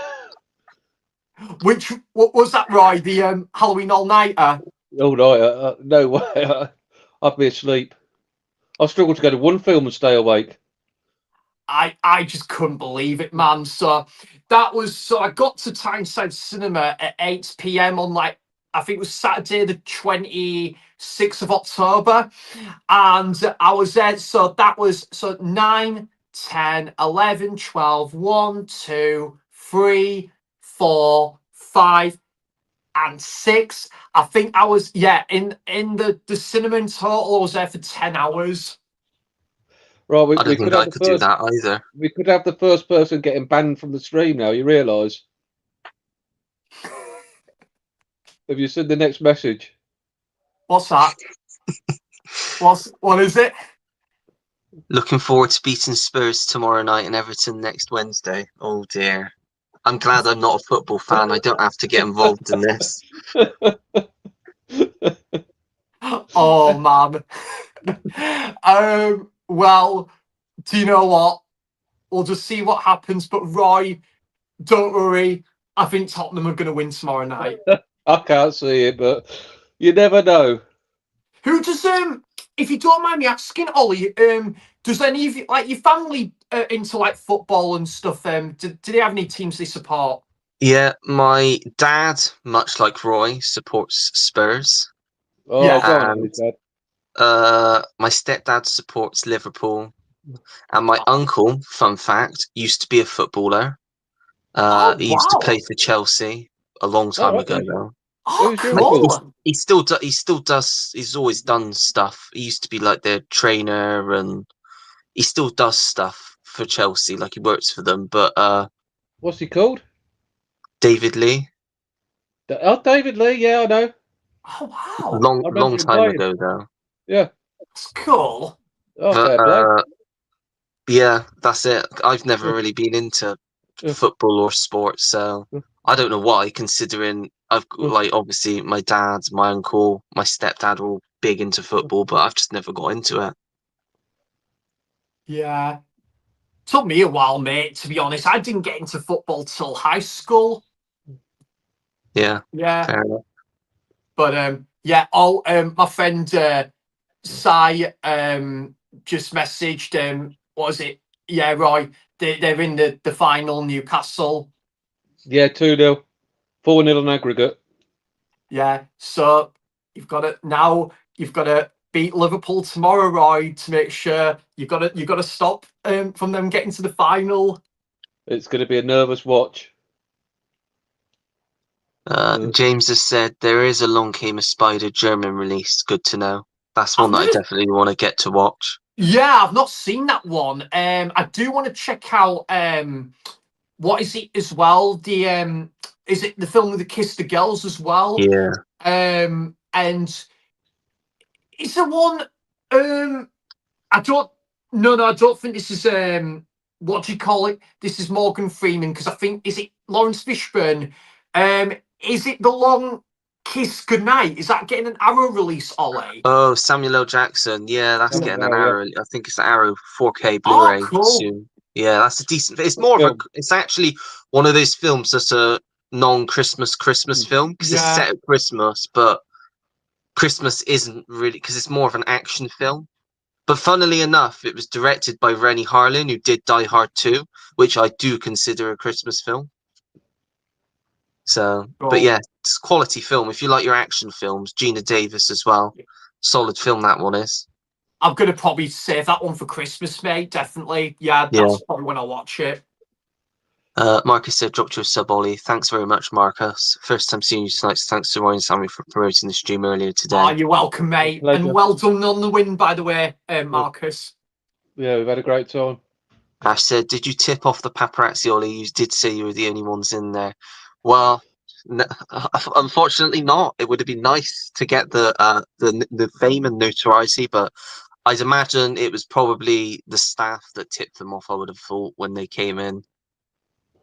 Just for a laugh or something. Mrs. Blue Roy's going to be coming up to go to bed soon, so I'm going to have to love you and leave you in a minute. Yeah, we've been going for a long time now, so it's been a good stream. It's been amazing. 2 hours. I think there's 3 more comments to get through, and then we'll catch up with call it a the day. Yeah. Marcus said best cinema experience for me was original Nightmare on Elm Street at Red Car Cinema a few Halloweens ago. Oh wow! Yeah, that sounds decent. Marcus. Giz Parsons, evening. Hello, lad. Giz. Hello. Giz is a great guy. Collector Adam, good evening, gents. Just subbed to your channel, Ollie. Thanks very much, Adam. Already subbed to Roy and Sam. Late to the stream. Hope you're all doing well. Enjoy. Yep. Thanks for joining. Thanks, Adam. We've got to go away. Thanks, Outpost. Enjoyed the stream. Thanks for joining Outpost, and thanks for the sub. So yeah, that's the stream. A lot longer than I thought it was, but it's been such a great time. I think we definitely got to keep this like a weekly thing. Yeah. Just because the talking between each other is just great as well, catching up and stuff. Yeah, it's been fun. Yeah, so can I just say thanks, Ollie, for hosting it, and of course, thanks everybody for the comments. It's been really good. Oh, I've absolutely loved it. Thanks so much, Ollie, for inviting me. Thanks for joining. Really appreciate it, both of you. Yeah. But yeah, I don't know how it works. I don't know if I click end, if it's going to chuck us all back into the lobby or if it's just going to end it completely. So I'll give it a go.